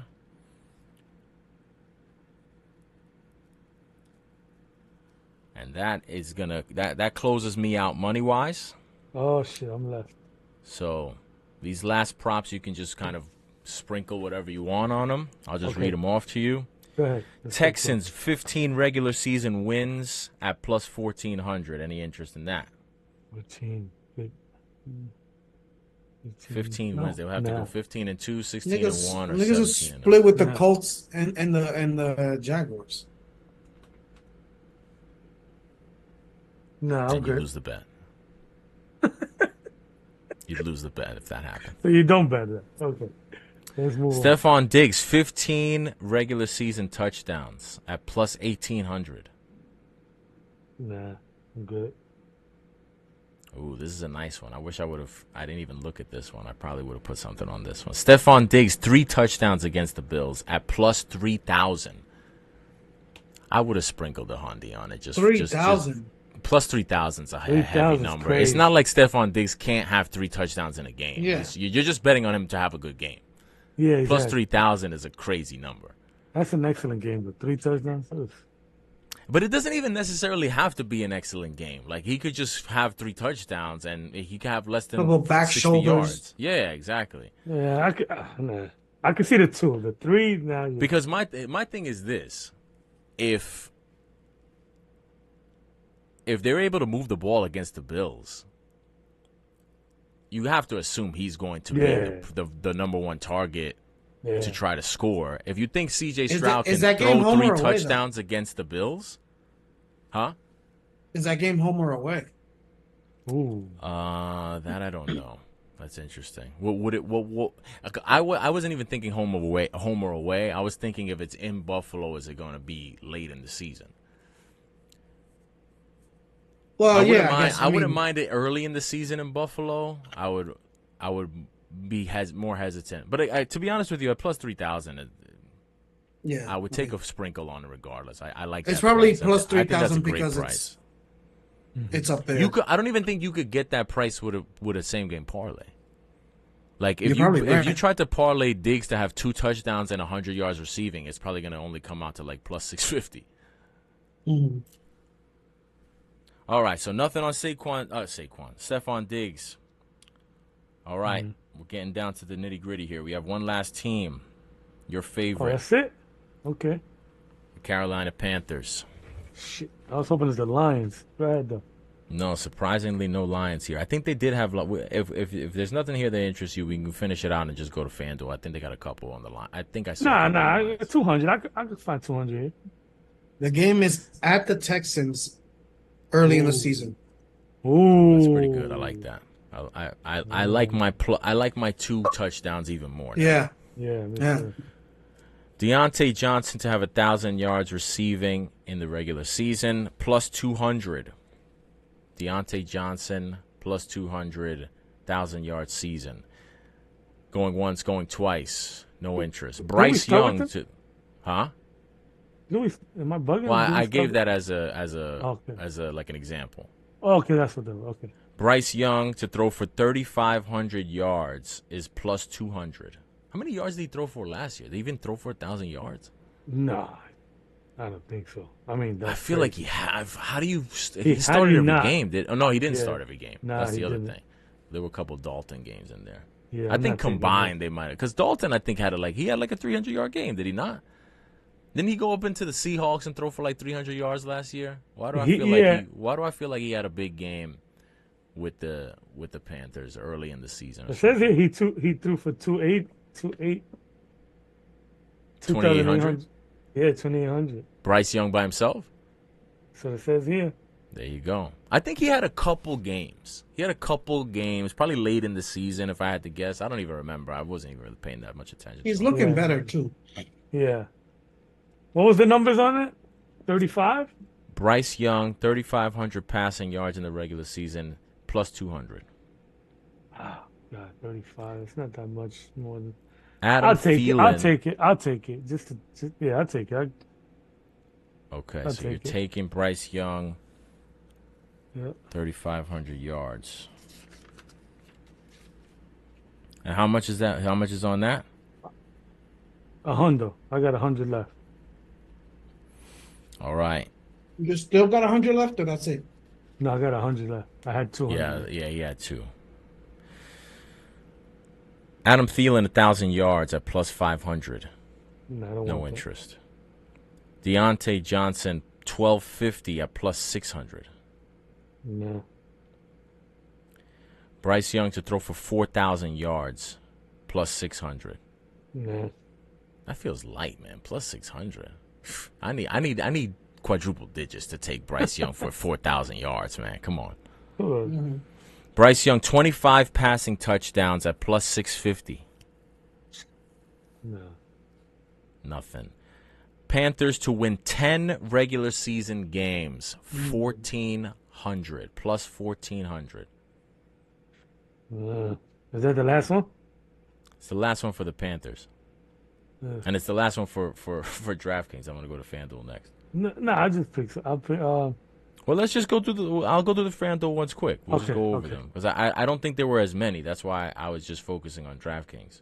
So I Gotcha. don't think they have as many. I think they had like a couple, and then they had like a local specific one, I think, if I'm not mistaken. And that was the last time I checked. You know, sometimes they add these shits in the middle of whatever. So, all right. So for the Jets futures, FanDuel has Jets to beat the New England Patriots on the road and at home in the regular season at minus 125. Give me that one, just for the fuck of it. My last Really? hundo right there. So sweep the Patriots. Yeah, I can see that. It's not about sweeping the Patriots. It's about Oh, minus because of negative. 125. The Yeah, number I don't really sucks. like that number 25. Yeah, but All right, go ahead. That's Give me that's a another one. hundy to win $75. Yeah, I didn't like that, but I was Jets just to trying score one touchdown in every game at plus 100. I don't know. That one I don't Touchdown. mind. I just don't like the. I just don't like. I don't know what the odds are on throwing throwing touchdowns. No, in no, no. every It's not game. throwing a It's touchdown. either. It's just to the team. They Oh, can score a defensive scoring. touchdown. Just to them to not have any games next season where they don't score any touchdowns. No, it's the Jets. What's that supposed to mean? No, I'm just saying anything's possible with the Aaron Jets. Rodgers to throw for 4,000 yards plus 130. Oh. Brees 4,000? Hall to have 10 touchdowns is plus 190. Did they have a Brees? They didn't have Plus a Brees Hall 190? touchdown one on DraftKings, right? They only had the catch rushing and the- receiving touchdowns. Yeah. What is that? What was that? Brees 10? Brees Hall 10 rushing touchdowns specific At to what? rushing at plus 190.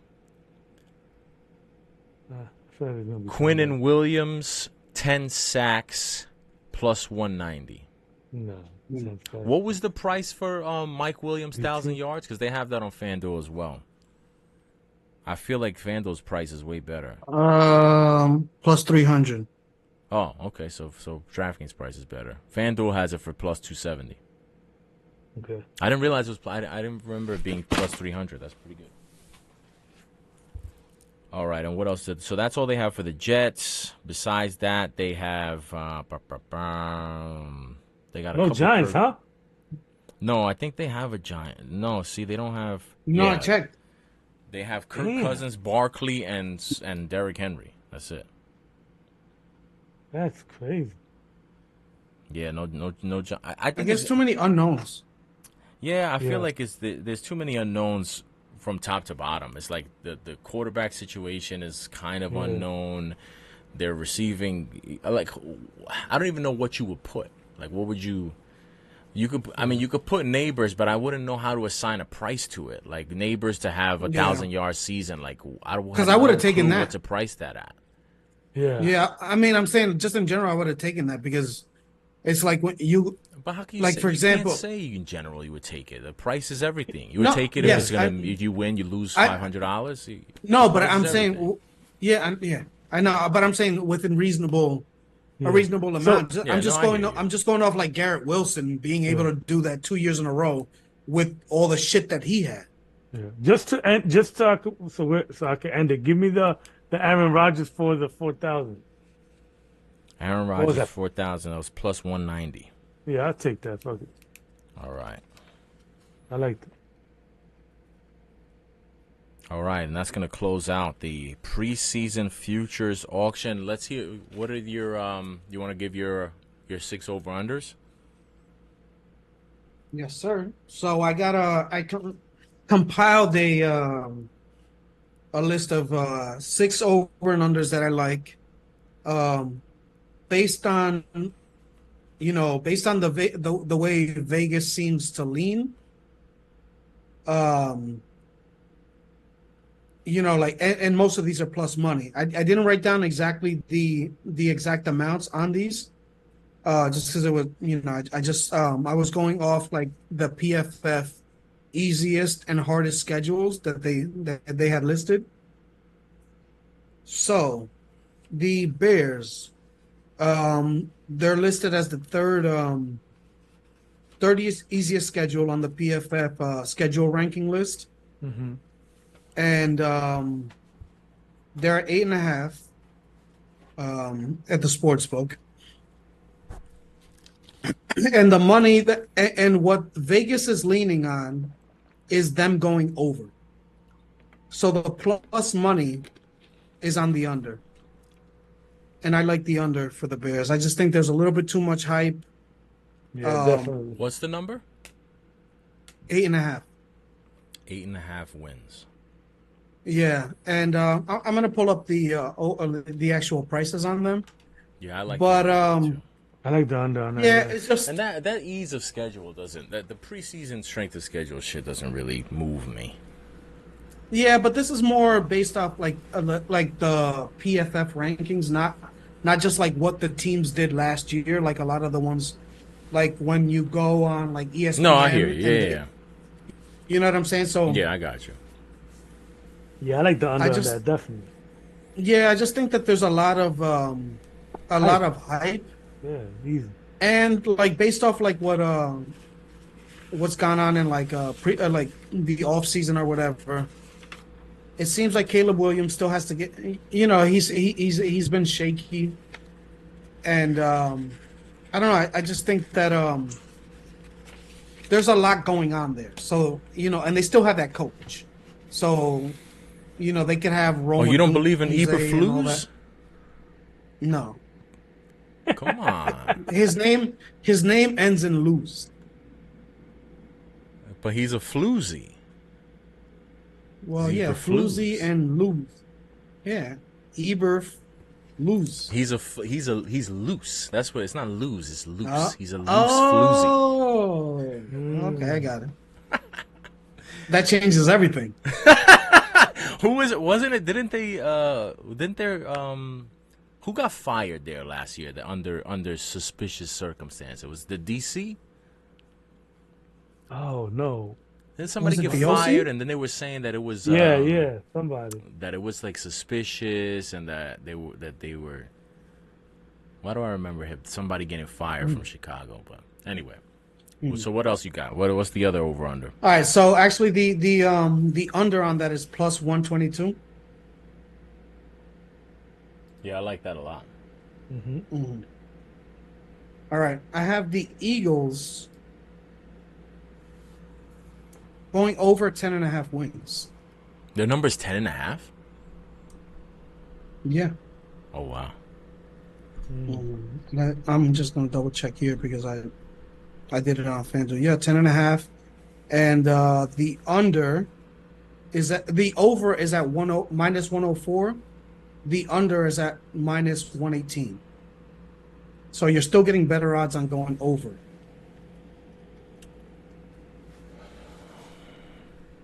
I just, 118 is not bad though. I don't mind 118. On the under? I mean that's yeah. Mhm. You like Yeah, the I like Eagles 11 plus wins at that number? No, I like the under. No, I'm Oh, I think Flex I is mean, saying he likes the just over. I mean, it's an 11-6 record. You know what I'm saying? So Yeah. I mean, it's not out of Yeah. it's not out of And it's a control. division Yeah, with two questionable teams, but it's only Exactly, 6 so- games. I said the same thing in my head, but I'm Well, also this is this side is that was on the list of easiest schedules. So the Eagles have the 1, 2, 3, 4, 5th easiest schedule on the PFF list. Mm. And then that's tough though. I just feel like I feel like that turmoil is deeper than a run than than a couple rookies and a fucking running back. You know what I mean? Like No, That's yeah. gonna I mean, fix it. I'm not gonna say that I love the under so much. I'm gonna run out and put a ton of money on Yeah. that either. Like I don't love the under that much, but I mean, I will say it's interesting because it depends on how you look at the Eagles. I feel like if you like the Eagles, that's a good price for 11-6. Like I see what you're saying in that respect. I don't like them enough to take. I don't really trust them enough to take either side of that. But if I did like them, I would probably. I like the over at that price for sure. all right, so number 6 on the easiest schedule list for the PFF rankings, the New York Giants, and I'm gonna go over on the 6.5 wins at plus 122. That's a Over great six. price. Plus 122 over 6.5 is a great price. I like that a lot.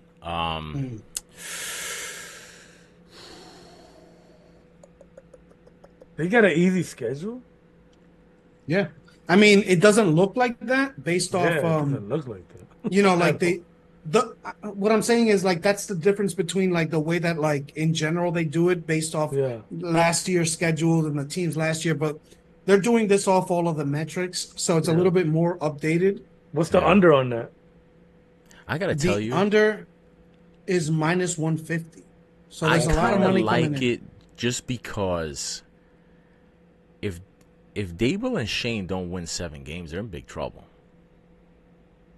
If they win 7 games, they might still be in big trouble.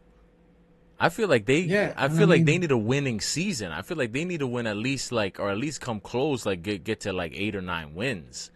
Listen, just because they need it doesn't mean they're gonna get it, but just given the position that they're in, that would sway me to liking that price. You know that they're gonna. I mean, you at least know that you don't got to worry about them mailing it in at any point. Exactly. This is a team that needs every single win. You know, a GM coach duo that need to get every win they can. So, how many wins did they have last year? 6. Yeah, Right. I think so. That's what I was And they thinking. and they lost that crazy game to the Jets. So it's like They lost a lot of ridiculous. They lost that. They should have never lost that Bills game either. That Bills game was crazy. Exactly. Yeah. So you're kind of teetering on a team that's like pretty much beat that number if we're being, if we're like taking everything into account. Yeah, and you always have kind of like the mentality of there tends to be the team that loses a lot of close games one season, like just how like everybody 2 years ago after the Giants busted the Vikings up, that everyone was saying how the Vikings won all those close games and they were going to have a crappy year the next year, which they didn't have that crappy of a year, but Well, the Giants did that exactly that year. We won. I think it was 4 or 5. I think you're being too games. generous. Okay, 4 games that that was like to the wire, and then the next year we had the same amount but we lost those, and the difference between those 2 years was the playoff fucking. No, I feel you, but I just feel like the Giants got beat down in a lot of games last year. Like it wasn't like they had a bad season because they lost a bunch of close games. They did lose a bunch of close games, but they also lost a bunch of games where they got blown out. Yeah, exactly. And 2 rivals, which is what pops out the most. Like you're supposed to be most prepared for your rivals, but anyway. It's troubling. I don't know, man. I don't see. And at home, they were terrible at home. It stunk. We had the Tommy DeVito though. JD Martinez with a walk-off 2-run home run. Let's go. Nice. Oh, GM. What time is it, bro? Was that baseball? 9:37. Yes. We got a tie game in the hockey. What else? So we're going. All right. Giants So now on the list of the toughest schedules, okay, we have the Pittsburgh Steelers, who are listed as the second toughest schedule. I'm gonna take the over on that. Just what's their number at? Plus 7.5. No, 8.5.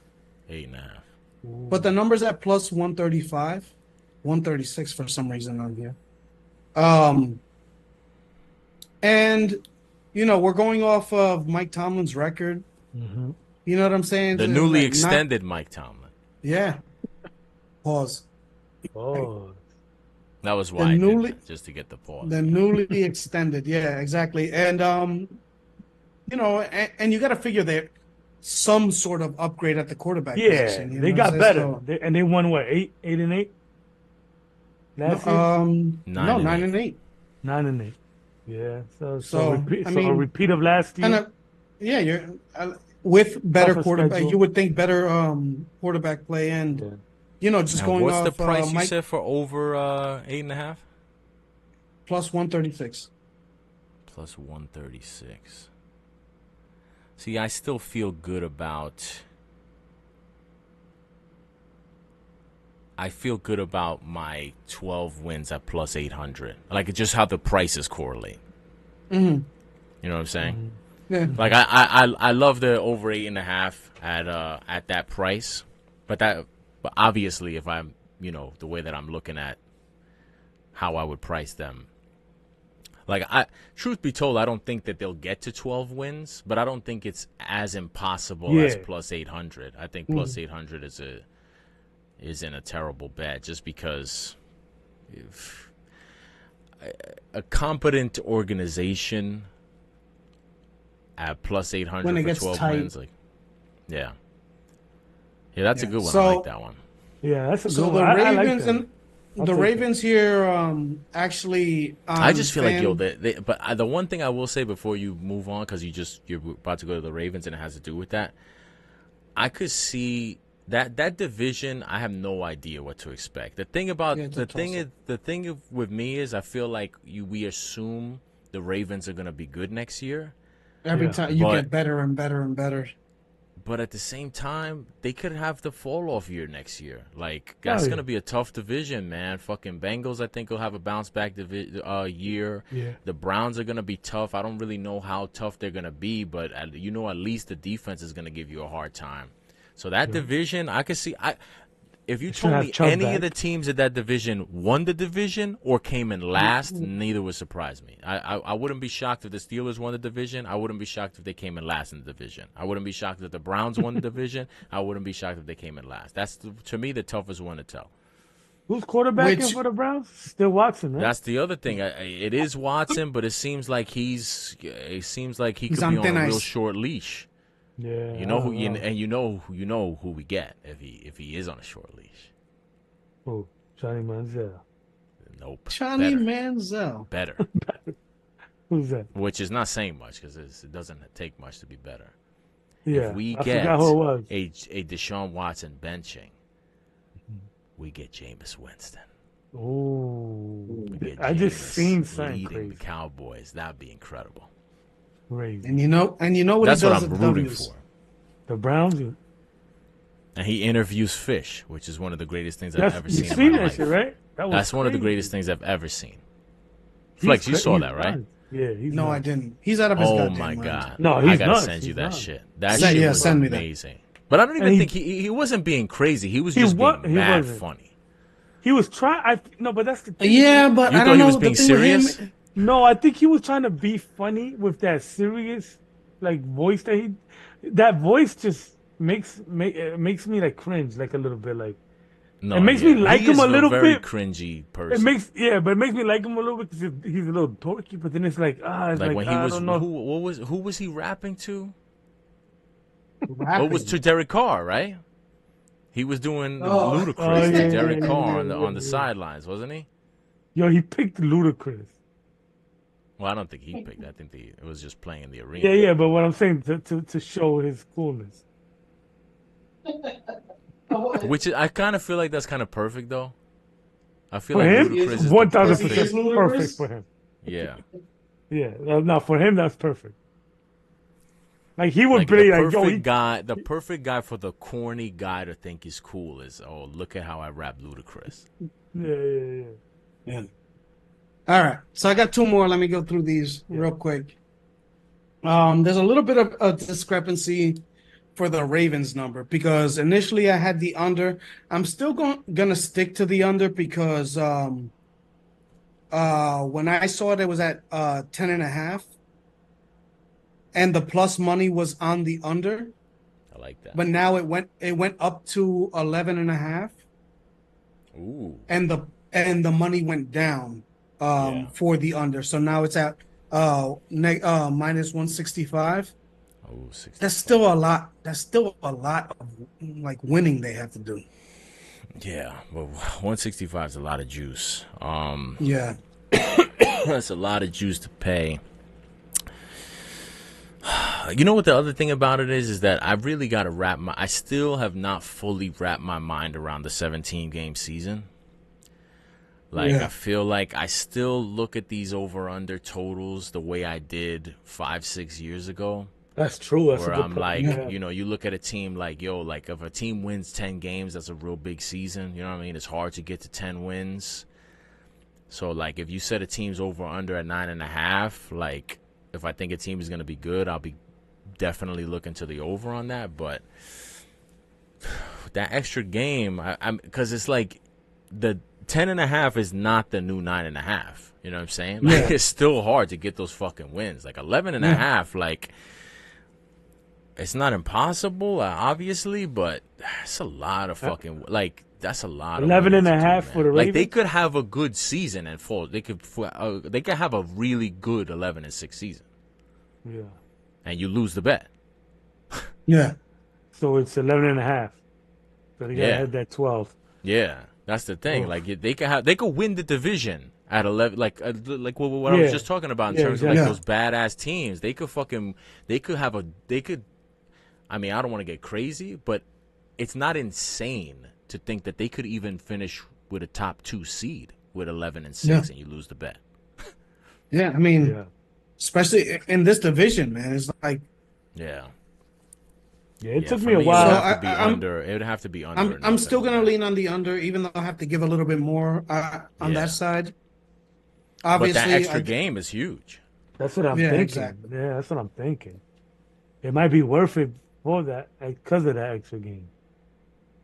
And I And also for the feel like with Raiders, the, I feel like, well, I was just gonna say, I feel like teams are gonna start to adjust if they haven't already to the 17 the game monkeying off. season. That I feel like they're gonna be more likely because they're gonna know, like, if the Ravens want to make a playoff run next year, they're gonna have to find spots to rest dudes. So Yeah. where dudes are gonna be playing, I think you're gonna start to see if teams have things pretty much wrapped up, kind of not forfeiting in a literal sense, but kind of like, we don't give a shit about these last couple games. We need to get our guys healthy for this playoff run because now we playing 17 instead of 16. Yeah, right. Yeah, and that goes to like I actually looked up the Kansas City Chiefs for that prop, the passing touchdowns, or yeah. The Chiefs had a passing touchdown in every game besides one. I didn't see the last game because Patrick Mahomes he sat for that game. Okay. But there was one game against, ironically enough, Denver? was Denver. So Yeah, I they remember didn't, that game. they didn't score a touchdown against them. But for the last over and under, staying within the division, And I think they only Um, had one game against that last game that they lost to the Raiders. I can't remember. I think they threw one touchdown in the first half and then didn't score for the rest of the game. mhm, Like, they were Yeah, close remember- to not having a touchdown in that game too. But sorry, Yeah. go ahead. yeah. I do recall. The Las Vegas Raiders, I'm gonna go with the over on 6.5 wins with them. What was it, quarterback? Yeah, that's what I was just gonna say. I can't. Gardner I Minshew, can't man. touch them. Oh, nah. Oh, that's wait. So is he? He's 100% locked in as the starter. No. I mean, They love that Connor. Whatever the fuck his name is. Aiden O'Connell. Yeah, they love O'Connell, but it probably is going to be Minshew the only thing eventually, is, I but- will say, I guess the numbers moved again, and the over is at minus 122 at 6.5. I think in this case, I actually would switch that to the under at plus 100 for 6.5 wins. I think it kind of seems like them not going out and drafting a quarterback when they I mean, could not have. only that, with the way that they use their number one pick is a joke. Well, yeah, I mean, having two tight ends that are, like this isn't Gronk and Hernandez. Right. Yeah, I Well, mean, that whole Brock Bowers thing after taking this guy Mayer, you did like they had opportunities to get better and they didn't. Yeah, they. I just feel like but that's the thing. They lost Jacobs though, because I thought it was okay with thinking when they had Jacobs, but now they don't have it because I thought there would be a good way to keep two weapons on there while still playing the run, and Pierce likes to run a lot. But then once they lost Jacobs, it's like I know they like the backup. Who they got? Davis, some kid Davis, or some shit. They like the backup over there. And but also, still. Brock Bowers is not a blocker. I You know, know what I'm but saying? He's not yeah. a big dude. So Yeah. I'm actually going to switch that officially to the under because that's what's giving you plus money. So Yeah. the Raiders, the under at plus 100. Yeah, I think I that's would equally what I'm take gonna go with. the over would look good if it was the plus. Yeah, Yeah. that's what I'm saying because Exactly. I did this like 2 or 3 days ago, so I think that's what it was because Yeah. I did have the Vegas giving you money on the over. I don't know what happened; it must have changed, but I'm Yeah, I gonna like take the the under. under on the 6.5. Yeah, I like the under on that too. Just because at the end of the day, you start stacking up these teams, and after like a tough division the too. New England Patriots, and even with Yeah. the Patriots, they do have an unknown at quarterback. Like you, there's not many teams that are that bad and unknown. Yeah. You know what I'm saying? Like you have a you have a team that was kind of borderline with Las Vegas to begin with, and you can say they kind of got worse as Yeah. opposed to like Got you know better. what I'm saying? Like no, Yeah. because I'm saying like a team like the Chargers, they on paper they got worse, but they got better in terms of coaching. You know what I'm saying? So it's like Yeah. Yeah. like those are more like a little bit more predictable, and you know what I'm saying. It just And I seems hate like to maybe say it, but I that's feel their like with play. yeah, and I hate to say it, but I feel like and I hate to say this because I do want to see Antonio Pierce do well. I'll be rooting for. I would love to see the Raiders have have a good season with Pierce and have him be like a long-standing, legitimate head coach. But would it be shocking to see Antonio Pierce get fired mid-season because they start out No. 0-6 or 0-8, and it's just No. completely a disaster? Would that shock Absolutely anybody? not. No. No, And also I feel like he's gonna feel loyal to fucking O'Connell, and then I feel like he's gonna ride that horse a little bit. The only thing about that is that didn't he bench O'Connell too? I think he did, but didn't he come back out or some shit like that? I just remember. I forget what game it was, but there was a game where I was kind of like, "Oh, he's done with O'Connell. He's done. seen Yeah. he's seen enough." But you're right. There was a moment there where it seemed like It's a we're comeback gonna or see some what shit. this kid has. But I feel like I Yeah. can't remember when it was, but I feel like it might have actually even been that same Chiefs game that we were referencing before. I feel like during that. Maybe it wasn't the fact that he got. Yeah. I don't remember if he got benched, or it might have been the fact that he didn't not let this nigga throw like not one pass. Didn't he have like 9 Yeah. attempts in that game or some crazy Yeah, some shit? shit like that. Yeah. That was what kind of made me feel like, okay, he's just trying to hide He's this done with him. motherfucker till the season's over. Yeah, maybe. You're right. So maybe Minshew Four- is the guy. 4-1 Panthers. 4-1. Who scored the one for Edmonton? I Was it did Ryan see it. Nugent Hopkins or Evan Bouchard? Number, I think it was 20. It might have been Broussard. Nice. No. Broussard is number 2, right? Yes. No, I think it was number 27. Was it 29? Because that's Leon Draisaitl. No, it wasn't. All right. Is that it? That's all the over-unders? That's it. All right. So that's going to do that. Do we want to touch real quick on the boxing, or Let's just do the boxing real quick before we go, because that's this weekend, right? That's this weekend, yeah. So there's no point. So it's Tank Davis. I forget Martin's first name. I'm Steve. looking it up. Is it? No. Lawrence. No. Frank. Frank Martin. I knew it was like a. The coach from the college basketball coach? He does look like he He's look back. like he can he could take a punch. And also, he's Cuban, right? Is he? Yeah. Yeah. Then he's a boxer. No, I'm saying I was saying the Chiefs. Oh, yeah. Oh, I'm about to say I am Cuban. No. So I'm just fucking around. So yeah, Javante Davis versus Frank Martin, and then it's Benavidez, his appearance at 175 against. I'm not even gonna attempt to pronounce that name, but it's something with cock in it.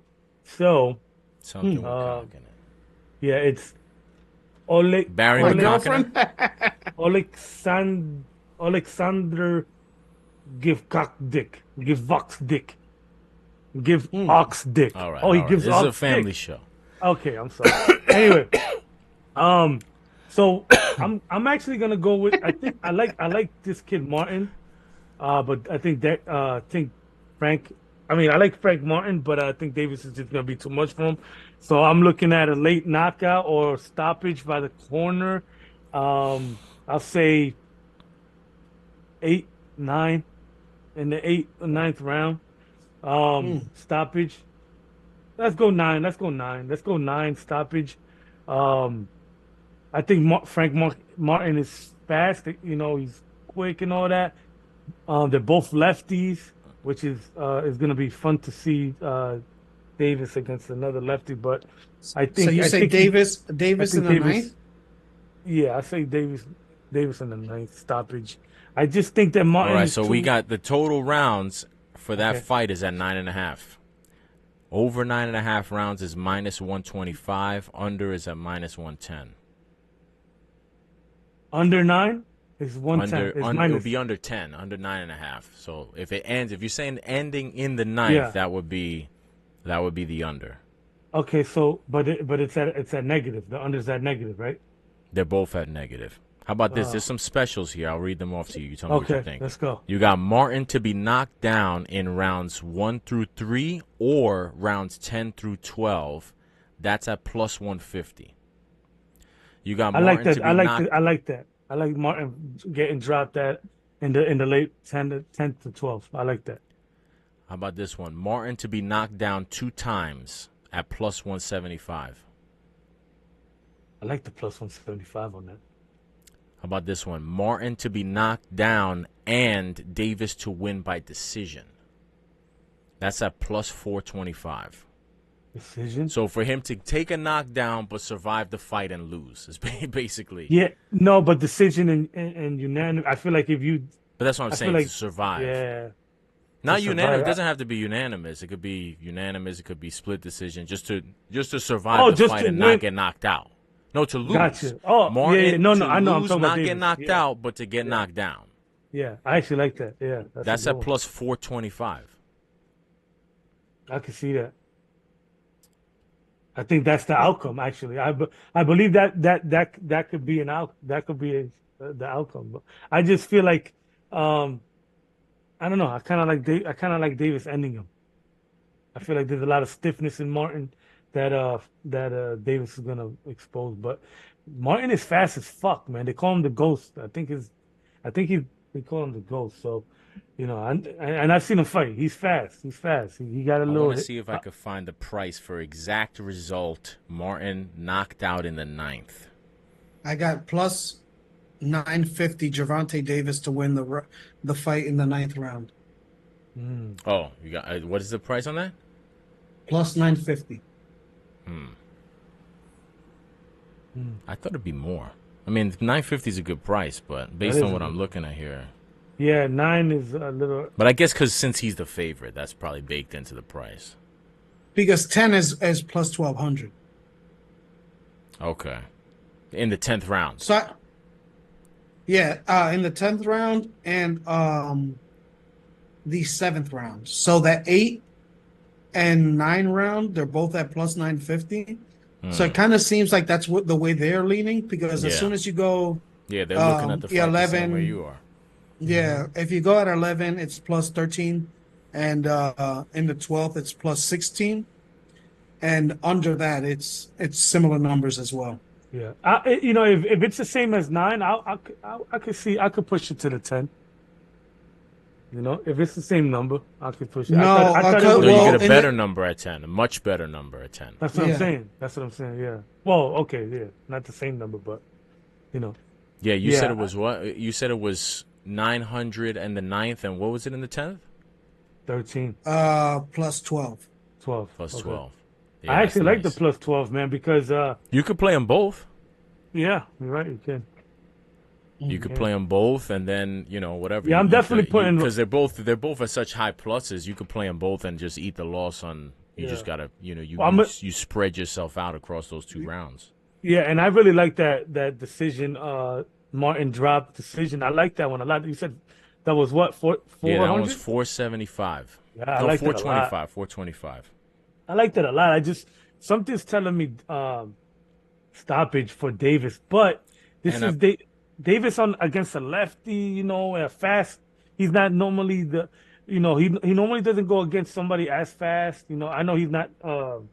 So it's gonna be problematic. So, I could see him getting. I still see Martin getting dropped, and I could see that a lot. I actually like that. I might make a move on that one. How much? I don't know Martin. I don't know either of these dudes, but what do we know about Martin's chin? Because I'm looking at the prices here. I don't think he's been dropped, or if he has, is once. Okay, But we because have these seen. things say here, because that one we just brought up, for him to be knocked, to take a knockdown and to lose a decision. But that's only one knockdown. Yeah. You could take him to take 2 knockdowns throughout the fight and to lose a decision. That's plus 900. So But if that's he, just, so do you if think he could survive 2 knockdowns and still not get knocked out? yeah, I could see his competitive nature doing that, but would his corner allow it? You know, they've never seen him in that condition. Yeah, I think that's he's true. 18 Yeah. and 0. You know, he only got about 20 something fights under his belt. You know, so I don't know. Yeah, see, I But don't so is know. that that's the most appealing fight of the weekend? That specific one? Well, no, the Benavidez and the other guy, the Alexander. Don't hurt That's a yourself. good fight because Wait, you said that he has cock in his name? Is that what you said? yeah, it's Dick. It's Oh, I was gonna say, yeah, it's dick. It's not cock. Gvazdik. Anyway, Benavidez, that's Give an us interesting. dick. Give us Dick. Be careful. Whoa, you're Be terrible. careful. Um, Benavidez is moving up to 175. You know, he's trying to go for that. He's trying to make his mark up there. So that's a very intriguing, very interesting fight. I think I'm curious to see Benavidez' power move up, and I know it's there, but you know, it's different. So I don't expect not that I don't expect a TKO. I could see a TKO, but since it's Benavidez' first fight up there, I'm wondering how is he gonna take punches at that weight, and how is he's gonna hold that weight at that weight. Yeah, Feel well, me? it's interesting So that you say that because based off the prices, he's pretty much just the same priced favorite as Gervonta Davis. yeah. Well, he's Gervonta gonna Davis is he's a the minus favorite. 700 favorite, and Benavidez is a minus 650. Yeah. No, Benavidez is winning 1,000%. Okay. That's even. I'm more sure of that than. No. I'm pretty much. They're both gonna win. I think that Tank and Benavidez. I think Benavidez is just moving up, and that's where the difficulty is, as far as his punches and his stamina. While Tank Davis is at home against a less decorated fighter. So would you prefer Benavidez by knockout or decision? I think I would. Fuck, man. It's because of that's what I'm debating, and I came in here thinking Benavidez decision because of the weight gain and the but Benavidez' style is he's a Terminator. You know, he just goes forwards and he's just a brutal fighter. But to be safe, I would go decision, just because he's moving at that weight. It's his first time at that weight, even though he's been training at that weight. I still think it's different when it's game time. So I would go decision. It's probably not it's not a favorable by people out there, but Well, so here are the prices that you can get. The line for the rounds is at 950 or 9.5. Over is plus 100. Under is minus 135. So you get I'll a be pretty good boxed. price for the over 9.5 rounds. yeah. So you win that even if he knocks him out in the 10th.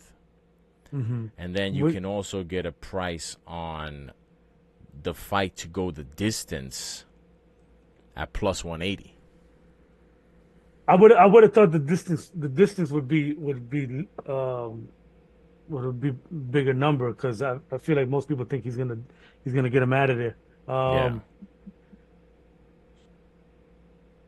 I like the 9 Benavidez 9 or end decision. I would. How about a flat out win? Oh no, that's you said negative. So flat out win is minus 650. Yeah. To win by knockout, TKO, or DQ is minus 190. Benavidez to Yeah. win by decision is plus 280. I'll put bread on that 280, man, because like I said, this is his first time there. I would put bread on that, bro. I really would. I don't think it's popular. I don't think a lot of people take it, and I think that's where the value's at. The fact that Yeah. most people are thinking it's just Benavidez at a regular weight. He destroys everybody. But nah, there's a little hidden message in there or How whatever. about this? We'll finish it out with these prices. You tell me which of these that you like. Benavidez to win in rounds 1 through 6. So you get all 6 of those rounds. Plus 285. Benavidez to win in rounds 7 to 12. Plus 145. Benavidez decision, I said already, plus 280. And then you can really narrow them down. Do you view it the same? Well, you say you don't kind of look at it the same way. Because you can get Benavidez to win in rounds 7, 8, or 9 at plus 285.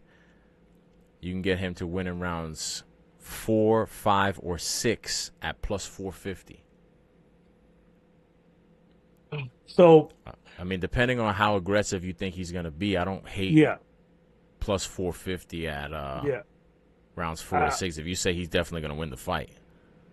Yeah, he's definitely gonna win the fight, and and that's the thing. So it's kind of contradicting what I said earlier, but obviously, if I'm wrong with the weight gain and all of that, his style is to get rid of the guy within that 6 range. So if he carries that weight well, and and you tell me he gets rid of him in 6, I'm not gonna be like, whoa, what a shocker. I'm gonna be like, well, he carried that weight better than I Yeah. expected. Well, and where's this guy from? The opponent? I'm not sure. OG? He's somewhere up there, man. Someone out there. Because if he's man. one of these Eastern European dudes, bro, they sometimes an Eastern European dude that he is going up in weight to face yeah, might last the fight. he might, but I don't think, I don't think Benavidez has had many decisions. I think he's been Yeah. getting everybody out of it. I But think he he's is. like, But you said he's going up He in is. weight. Not only am I Exactly. worrying about You his think- power you think- translating, but You think he knocked me down? yeah, this but dude him has, carrying his weight. yeah, and this dude has. Been there. I'd be interested in seeing how many knockouts he has suffered. Because if he's a dude that doesn't go- get knocked out, I don't think he has many losses. I go 15 rounds. if he's never been knocked out, Let me a see. dude coming No, up he's in been weight, dropped.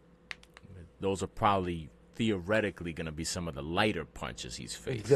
Exactly. That's why my take is that decision, because I don't think a lot of people would think it's going to go to decision because of his track record. But then I also feel a lot of people's not thinking about the weight, the change of class. But then again, in that same note, like you said, his style originally is to get rid of you fairly quickly. So either one can happen. I'm gonna put, if I like my chances on the decision. I mean, that's why you gamble, right? But I can see that both sides of the coin happening. In Chechnya, That's where he's from. we eat knuckle sandwiches for breakfast. That's where he's from. I don't know. Said thought Eastern you- Europe, so I thought you were looking it up. no, I thought for the most ridiculous country I could think of. Benavidez. Well, there you have it. Your boxing roundup there. Now you know exactly how to bet. How to bet the fights this weekend. Yep. I love it. And no UFC, right? We're not doing UFC. Nah, you gotta bring No. Biggs in for that. Biggs will tell you everybody. Well, but I don't understand. I thought you were listening to Joe Rogan. He doesn't talk UFC on the podcast. No, my son Biggs. He talks to me about this. Let's get About Aaron Joe Rodgers. I thought you just said you were listening to the. I was listening. I listened. This is my first. Now three that the episodes. mics are on, you're not listening to Joe Rogan. No, I'm listening I to see Joe. what you're up I'm to, buddy. currently listening. I never to said that. Aaron Rodgers and Joe Rogan. right The now. media. And I cringed in that first hour and a half. But anyway, Well, there you have it. Where is that fight again? Is that in Vegas? Is that a DAZN feature? Where can we watch that think fight? no, is it the zone? I have Who no even idea. fucking knows where you could watch a fight anymore? Yeah, that's the thing. crazy. I don't really know. I don't It even. could be It's hard to ESPN. find Who everything. knows? I'm pirate. Nah, it's not that. He's fucking. I'm thirsty pirate. fuck. I'm a pirate. Nah, Tank Davis thirsty ass ain't gonna be doing it. All right, so we'll save the the album and the movie review for next week. Yeah, 'Cause I don't. Oh, I'm unless you gonna wanna watch do it Inside now. Out 2. I'm gonna watch Inside Out 2 tomorrow. Good so. movie. I experienced that movie in real life. By the way, think about It's my son's favorite movie ever since he was 4 years old.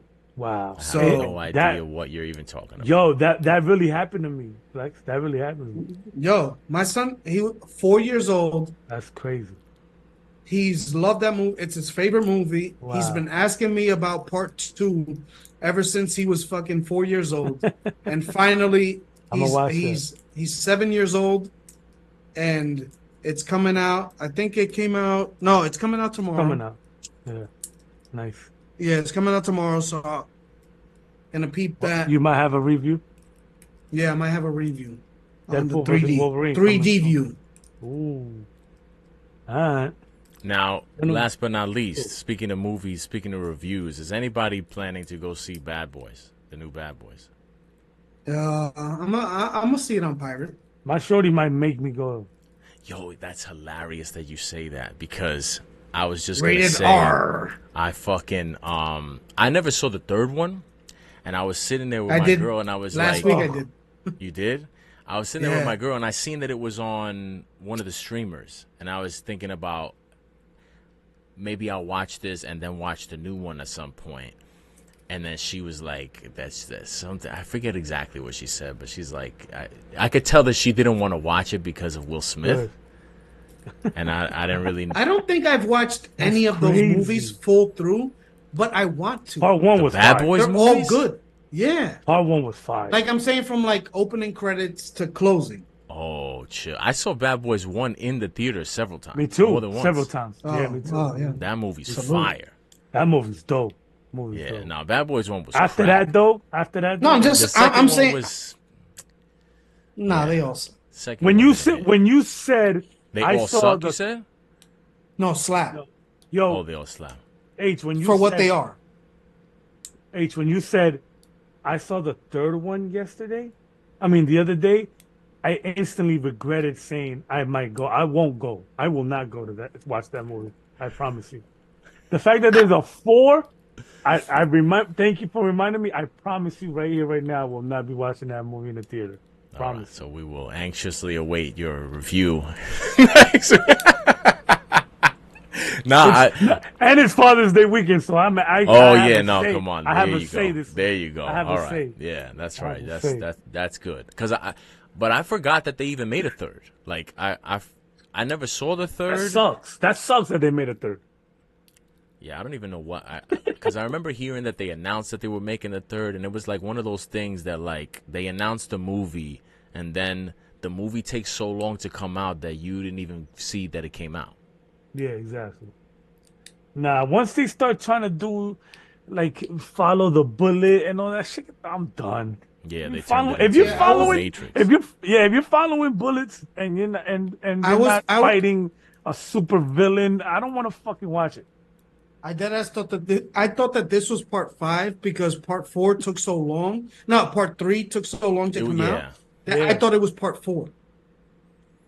It is part. Like no, because is it not part 4? no, I'm he saying thought I part thought 3 was part part 4. 3 was part Oh yeah, 4 yeah, because yeah. That makes sense. they announced it and then it took so long for it to come out. I thought that 2 separate ones came out. yeah, no, I had yeah. I had the same but opposite reaction. 3 took so long to come out that I didn't even know it came out, and I thought this was 3. I thought this was the same movie. Like I don't even know how and I don't like seem I don't like the miss. fact. I don't like the fact they try to clown like Martin, so his character so much. Like, Nigga, I that's him. yeah, but Well, in I know one, what you're saying in though. one, Especially because he was ill in one, and now was they made him ill like in a one. goof, like a total. was He got shot in the clown. ass. He got shot in the Nah, ass. he was Like, he had some like he was Oh, obviously hell like no. comic relief. You know, he Yeah. obviously had those kind of silly moments, but they made Yeah. him into a fool in like the Yeah, second like, one. They made, what you he mean, got Gina? high. Like He got like he took ecstasy in one, and then this commercial. There's in the commercial. They're having a shootout, and Where the there's like a brown jelly Skittle or the bean. brown M&M or whatever. Yeah, the black jelly Or the bean black, fold, and the black jelly and he bean. Yeah, eats yeah, it, and then he's like, "What?" And he goes, "Hey, the black jelly bean is getting dunked disgusting." on yeah. by Yeah, Jimmy nah, I feel you. Butler. I don't like how they Crazy. made his character into That's like crazy. OD My man ridiculous. would whoop Get the stepping. Mike Larry's Get the ass in step. real life. Son. He got hands. My man Yeah, Martin got hands. Yeah, I don't know why they turned his character like that, because in the I didn't first like one that after he that. wasn't a sucker Yeah. like that. They made Nah, this he nigga into a wasn't. sucker. Yeah. He was tough. Man, when he was laying in the bed with the shorty, he was tough. Even though he was like, I ain't. He was still tough though. No, he was gangster. He was uncomfortable, but he was tough. He's Yeah, like, yeah. you sleep in the bed? You felt the dents? The dents come from Quit all playing, that. Gina. Yeah, from all that. Why, Yeah, that's my man. why you yeah. playing with me, Gina? And then he, You talking about Bad Boys too? What are you doing? and then he grabbed the doorman in the building. He twisted his arm. He was like, "You Yeah, stay yeah. over there." That shit was gangster. The I'm Albanian saying, nigga at the door. they turned Hell him yeah. into Martin, like from his show. Yeah, you know what I'm yeah, saying? yeah, Like they did. playing him all Yeah. the time. Went from Martin to fucking Shanae. Yo, real quick, last joint though. My shorty showed me a picture of Martin and his sister, and shorty looked just like Shanae. Crazy. Had the hair and all that shit. I'm gonna have shorty send me that shit. Yo, Shanae. And she was taller than the nigga too. That shit was bugged out. Well, that's the heels. Shanae. That's amazing. Remember Jackie Chan was on Martin? That was crazy. No, I don't remember that. I'm gonna He have was to on look that Martin? up. You don't remember he was on Martin? Yeah, he was on Martin. No. He went and bring Shanae flowers or go on a date with Shanae. He was not giving Shanae flowers, nigga. You Look crazy? it out! Look it out! Nah. Look it out! Look it out! Hell no. Jackie Chan, yeah. I'm talking about Rumble in the Bronx, Jackie Chan. Not even fucking. That's Rush Hour crazy. Jackie. I just remember he had that character he played that he was on his knees and his nose was dripping all the Oh time. yeah. Boogie. That Fire. shit was Yo, my crazy. nigga. Fine. Anyway, gentlemen. All right, well, that's going to do it for the show. Until next week, you already know. I didn't even Peace. mean to